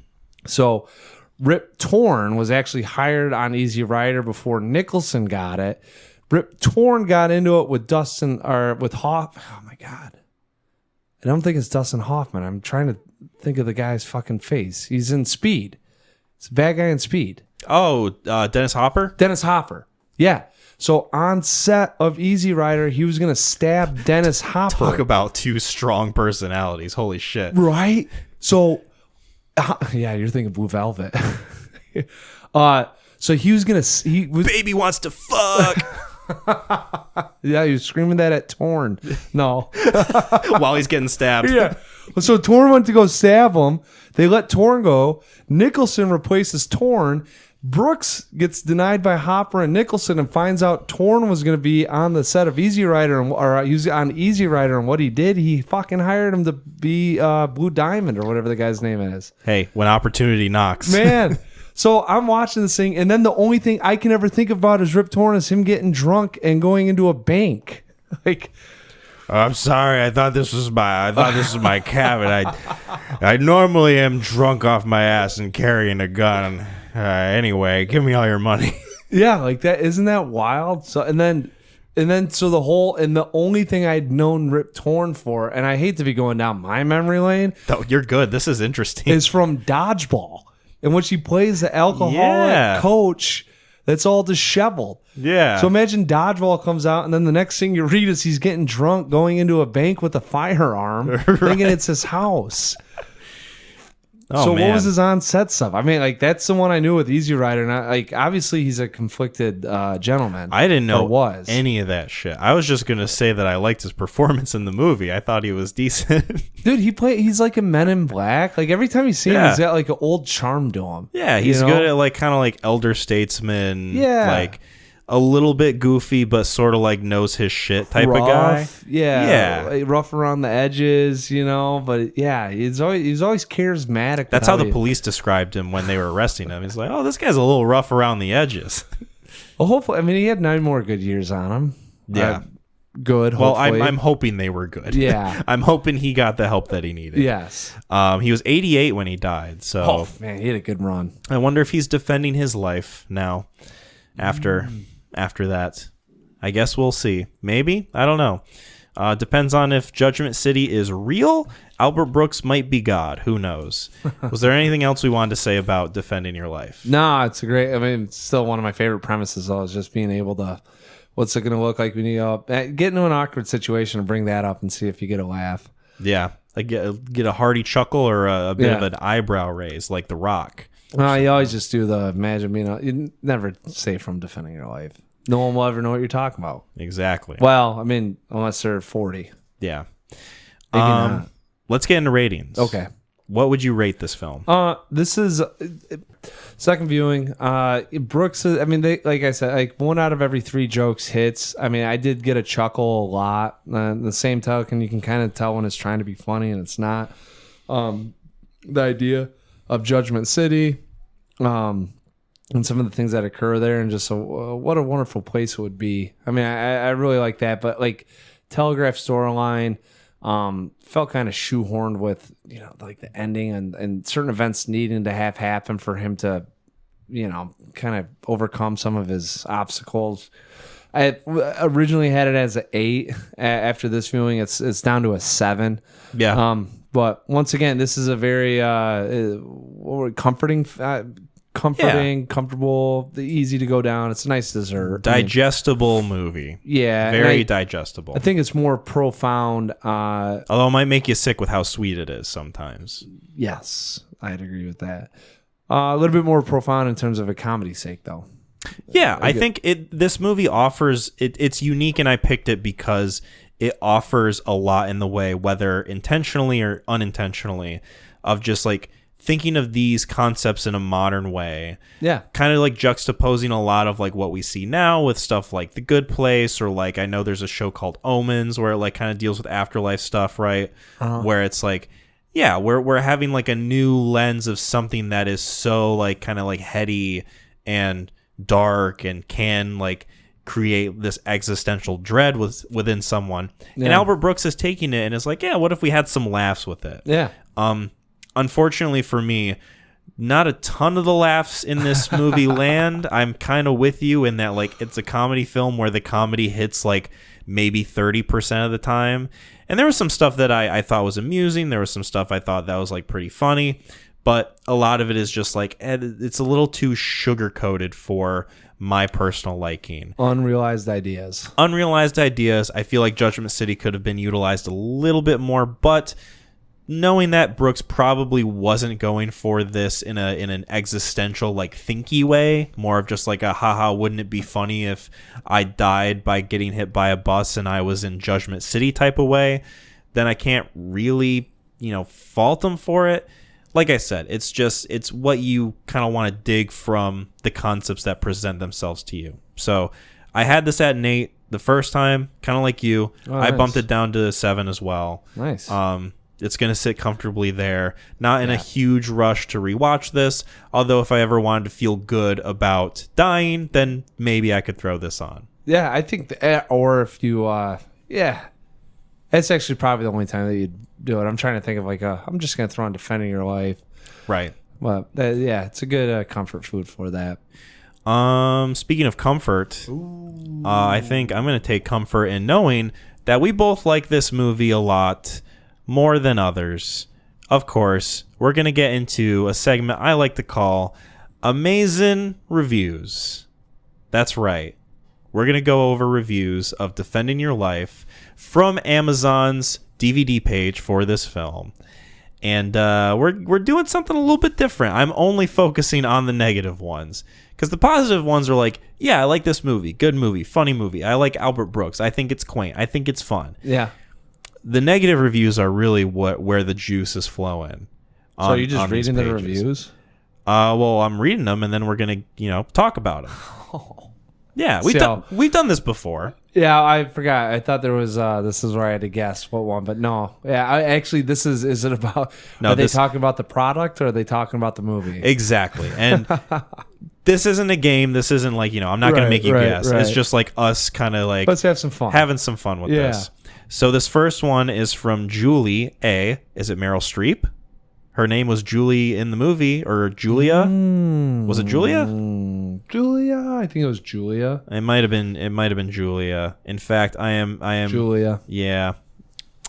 You know, sometimes you swing and hit. Sometimes you just throw your shoulder out. Yeah. Oh.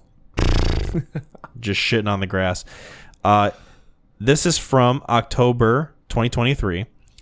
Not at all what I expected. In all caps. That's the header. No. Disliked, disappointed, disheartened. This has obviously been reviewed by non-Christians. Oh, boy. We could not imagine who on earth would spend the money to even make this movie. Well, you can't because it's Judgment City. Only reason we tried it was because of the actors in it. Should go in the trash. We have over 1,500 DVDs, and very few we select are duds. But this one was for sure. 1,500 DVDs? That's what stood out to me, and that's partially why I read this review. Why is she even... It's like, what do you mean you have this many DVDs?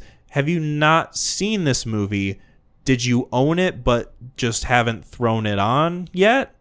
And also, like, are you a collector of some sorts? No, this lady... 1,500 DVDs is a lot of DVDs. This lady runs a Christian Bible camp. Right. And it's in the camp closet. Yeah. They're like, all right, it's a rainy, stormy night. We got to throw a movie on. She saw the cover and was like, oh, it's Meryl Streep and Albert Brooks in heaven. And they're kind of like holding each other, kissing or something. Yeah, they're like looking at each other. Their heads are like a little too big for the poster. Is it? They're like, in my opinion, they are. That'd be your they almost Amazin review. They almost look like bobbleheads. Yeah. Now I'm pulling up because I've just been...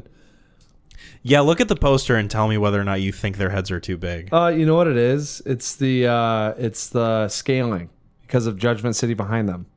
Like, it would be appropriate, but that sign is way too close and too small. Yeah. So it makes their heads look like it's the same size of a bus. It looks like on America's Funniest Home Videos where Tom Bergeron would replace people's heads with his own.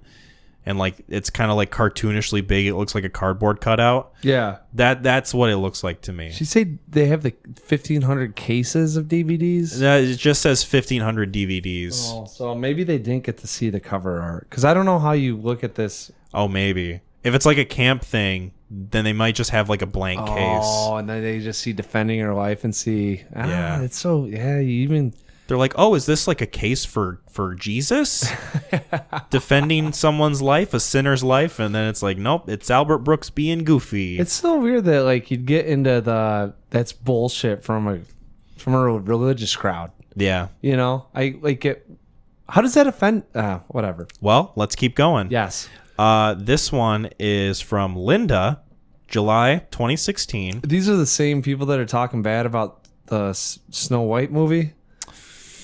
More than likely. You know, I don't like to generalize. Okay, we don't have to. I wouldn't doubt there's an overlap in the Venn diagram. The header for this reads, Kelly Ripa recommended this movie. Oh, that's a strong poll. Nice plug, Kelly. Kelly Ripa recommended this movie. Granted, it's older, but it's awful. The humor is practically non-existent. Okay. The portrayal of heaven is pure fantasy, in parentheses, if you know your Bible. Oh, get him. This was a horrible waste of time. The only thing I will say for it is the sentence structure is kind of like, it loses itself a little bit. The only thing I will say for it is there is no violence or bad language. Oh. So, Linda liked that it didn't swear, didn't have any people getting shot in the head. Well, you know, the negatives, the pros and the cons. The cons of this is actually the Kelly Ripa plugs a poll or a pro. I do like that the little unless you know your Bible. Right. It's very like kind of like. This next one comes from Dan, October 2015. This one's not long. Don't bother, ... is the header. Another yawner from Albert Brooks. Oh, damn. What do you know? Fucking got him. I included this one because I like the word yawner. I don't know if I've ever seen that before. Like, I've heard stinker. I've heard, like, a snoozer even. Snoozer. But, like, a yawner? I kind of like that. I like the use of that as a word. Yeah. I don't agree with the review itself. It's a very subtle, like, diss. Yeah. You know, snoozer and what was the other one he said? Snoozer or Borefest. But yeah, Borefest, Snooze Fest or whatever. Snooze Fest. Another yawner. It's like the back of the room. Someone's just like going, yawner. That he's the cool kid that was in Julie's Bible camp. Yeah. Yeah. Absolutely. He was definitely like the bad boy of the campground. Except bad boy was him like sneaking in Big League Chew. This one is from OML, and it's got like a very specifically weird, it's like starry picture for the profile. I'm not going to get too much into it. Okay. This is from January 2024. Wow. Super fresh. Yeah. Like last year, almost a year ago exactly. Slow and boring to the bone is the header. Do not waste your time in this film. Very slow. Very boring. I slept quite few time. I insisted to go through this because the content. I just couldn't go through this very boring, idiotic film. Sorry, I tried. Good actors. Waste of time, it is an understatement. I could see where some people that wouldn't be stimulated by this thing. It seems like they coughed a few times while they were writing this review. He tried. Yeah, you know, OML, you tried. You tried your best, and that's the credit we can give you. This next one is from Colo, Alaska, from March 2006. Nearly 20 years, Mac. 15 after it came out. That's crazy. This movie is... Oh, wow. It's like insanely old now. Insipid and shallow work. Whoa. Is the header. So this is going to be vicious. If I could give this film no stars, I would. The dialogue was awful. There was no chemistry between the actors. As my spouse said, I guess if you can write in Meryl Streep into your movie, you do. My spouse slept through the last 2/3 of this film. I only wish that I did. If I have to defend my life like Brooks did, I will regret not being brave enough to turn off the tape and waste my $2 rental. We long for the days of $2 rentals. Wasting my time watching this film is something I cannot defend in this life or another. Whoa. Pretty like filled with venom there, Alaska. How do you get that pissed off at this thing? Well, you get pissed off enough to write a review. $2? $2. That man. My $2 have been wasted on Albert Brooks. God damn it! Oh, I can't believe I watched this nonsense about going to heaven, but it's not heaven. What the hell is this sacrilegious shit? God damn. I don't even. Did he touch into that? No. Like, it doesn't even feel like he's just. I'm kind of like conglomerating a few of the reviews. I get that. I'm just saying, like, some of the time people like. I could see someone writing that about like funny games, you know? I don't know who. Yeah, I know you Definitely don't. not someone I'm in a relationship with. But like this movie, this is like it's so candy corn. It's so inoffensive. It's like it's such a cute movie. That's like, what I'm saying. That'd be like yelling at a bunny rabbit. Like, why? Then you're pissed off you didn't turn it off? Like, how did this offend you to that point that you had to be like, fuck, I will never have this back? What's incredible is that these reviews, like, no one would ever see. No one would ever, like, pay attention to them. But yet these people still feel compelled to yell into the void of Amazon reviews. That there's almost like there's a fascination of like psychology there. Like, I just have to get this off my chest. There's nobody in my life that I can talk to about this besides the person I watched it with. Nobody's gonna. They fell asleep. They didn't even watch why I hated this movie so much. Nobody's gonna understand where I'm coming from. I have to get this out of my body. Well, you know what they need to do? What? Not to say like there is the projection and like the I gotta get this venom out of me. I also would like to see Amazon throw something up there that people could actually say like, thank you for your review. I didn't buy this because of your review. The closest they have is like, this review was helpful. or this review is unhelpful. Nah, that's bullshit. They need to have like someone that gets in there and like really gets down into, because of what you said, it's changed my life. Right. Like I want to see some of those. Like we need replies to reviews. Yeah, I got on there and I was like, you know what? I'm gonna dip and I might spend $3.50 on this. And then I read this, and it really struck me. Yeah. And I didn't see this. You know what, Alaska? I did a 360 and I turned right around. Yeah. And it's funny because people say 360 when they express that, when they actually mean 180, because 360 would be facing the same direction. You just did a full turn. Yeah. Yeah. Full turn. Our last one comes from Vicky.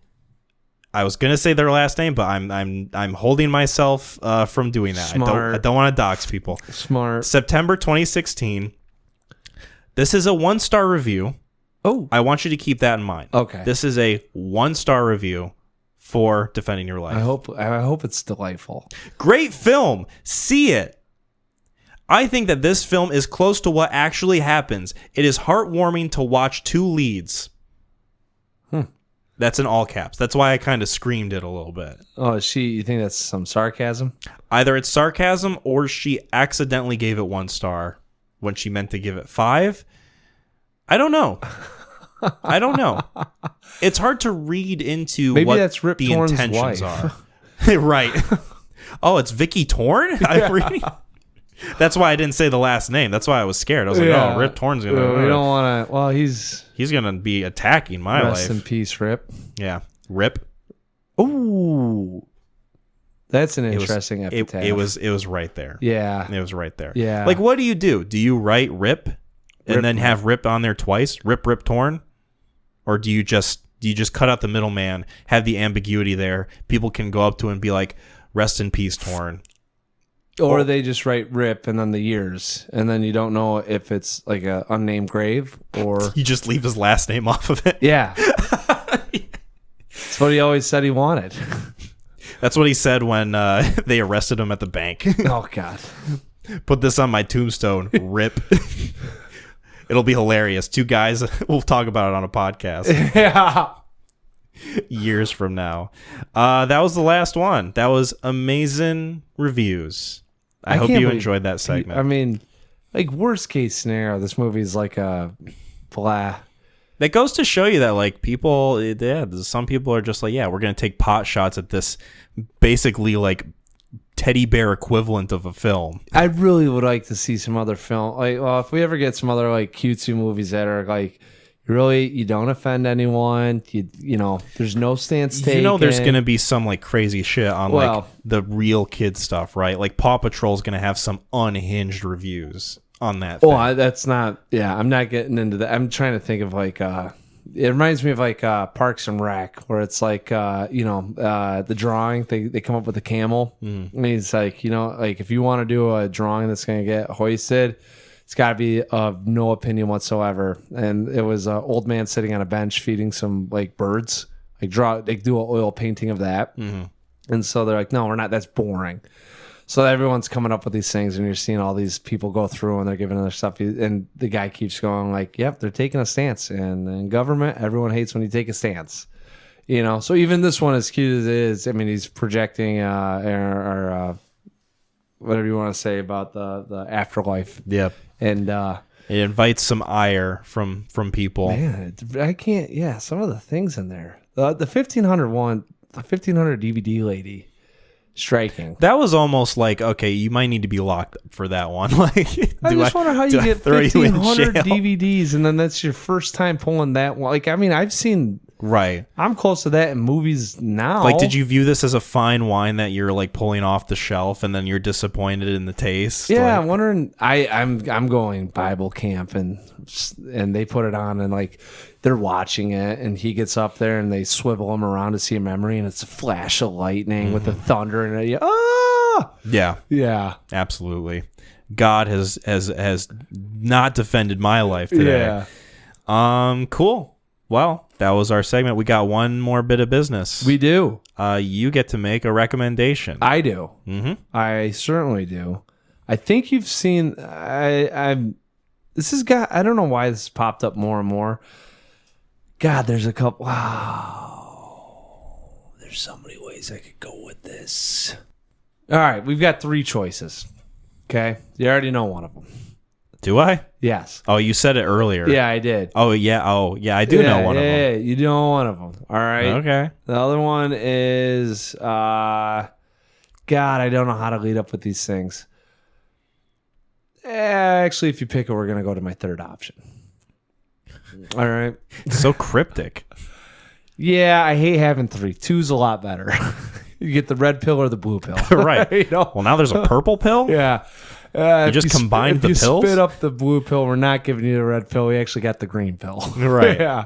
All right. Because I don't know if you've seen this film. I think you have. And if you have, I don't want to talk about it on this episode. I don't know why I have a hankering for British spy thrillers. But if you haven't seen it, I do want to talk about it. I'd be interested to take your opinion on it. Mm-hmm. All right. Easton Ellis. Is that a name that rings a bell?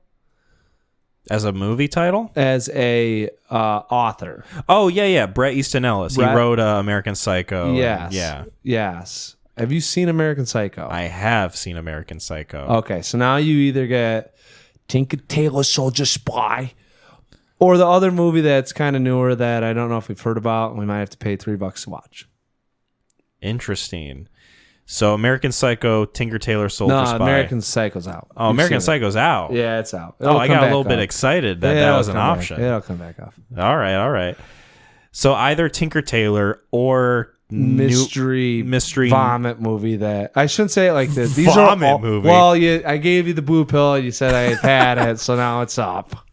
Well, now I got to go with the vomit movie, whatever this is. All right, we're gonna do the vomit movie. It's called The Order. Oh, I have that on my watch list. You do? Yeah, I do. How about that? Yeah. It looked like an interesting premise, and it's gotten brought up a couple times. Justin Kurzel. It's got Jude Law. Yeah, Jude Law. Judge Jude Law. Jude Law had probably the worst stretch of movies in the history of man. And I'm interested to talk about that. I'm going to tell you right now because we don't need to spend time when we do that because he came out with another film too, and I wish I could remember what it is. But I'll never forget he had a 4-year stretch, and I don't know why his name got so damn popular that he went down and made some really, really silly bad movies. He's a silly bloke. Let's see. Maybe that's too bad. He had, I guess he was in everything. My God. No, never mind. I'm gonna stay away from it. I have to do more research, if anything. Okay, to be continued, possibly. There's 2 of them. He came out with Alfie and the Sky Captain of World of Tomorrow, and both of those films you probably never heard of. I think I've heard of the second one.